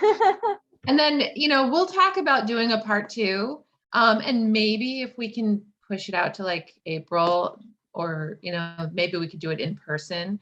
But I'll definitely, when that happens, whenever that is, I'll make sure to reach out to everyone who was on the attendee list for tonight so that we can make sure that they know about it.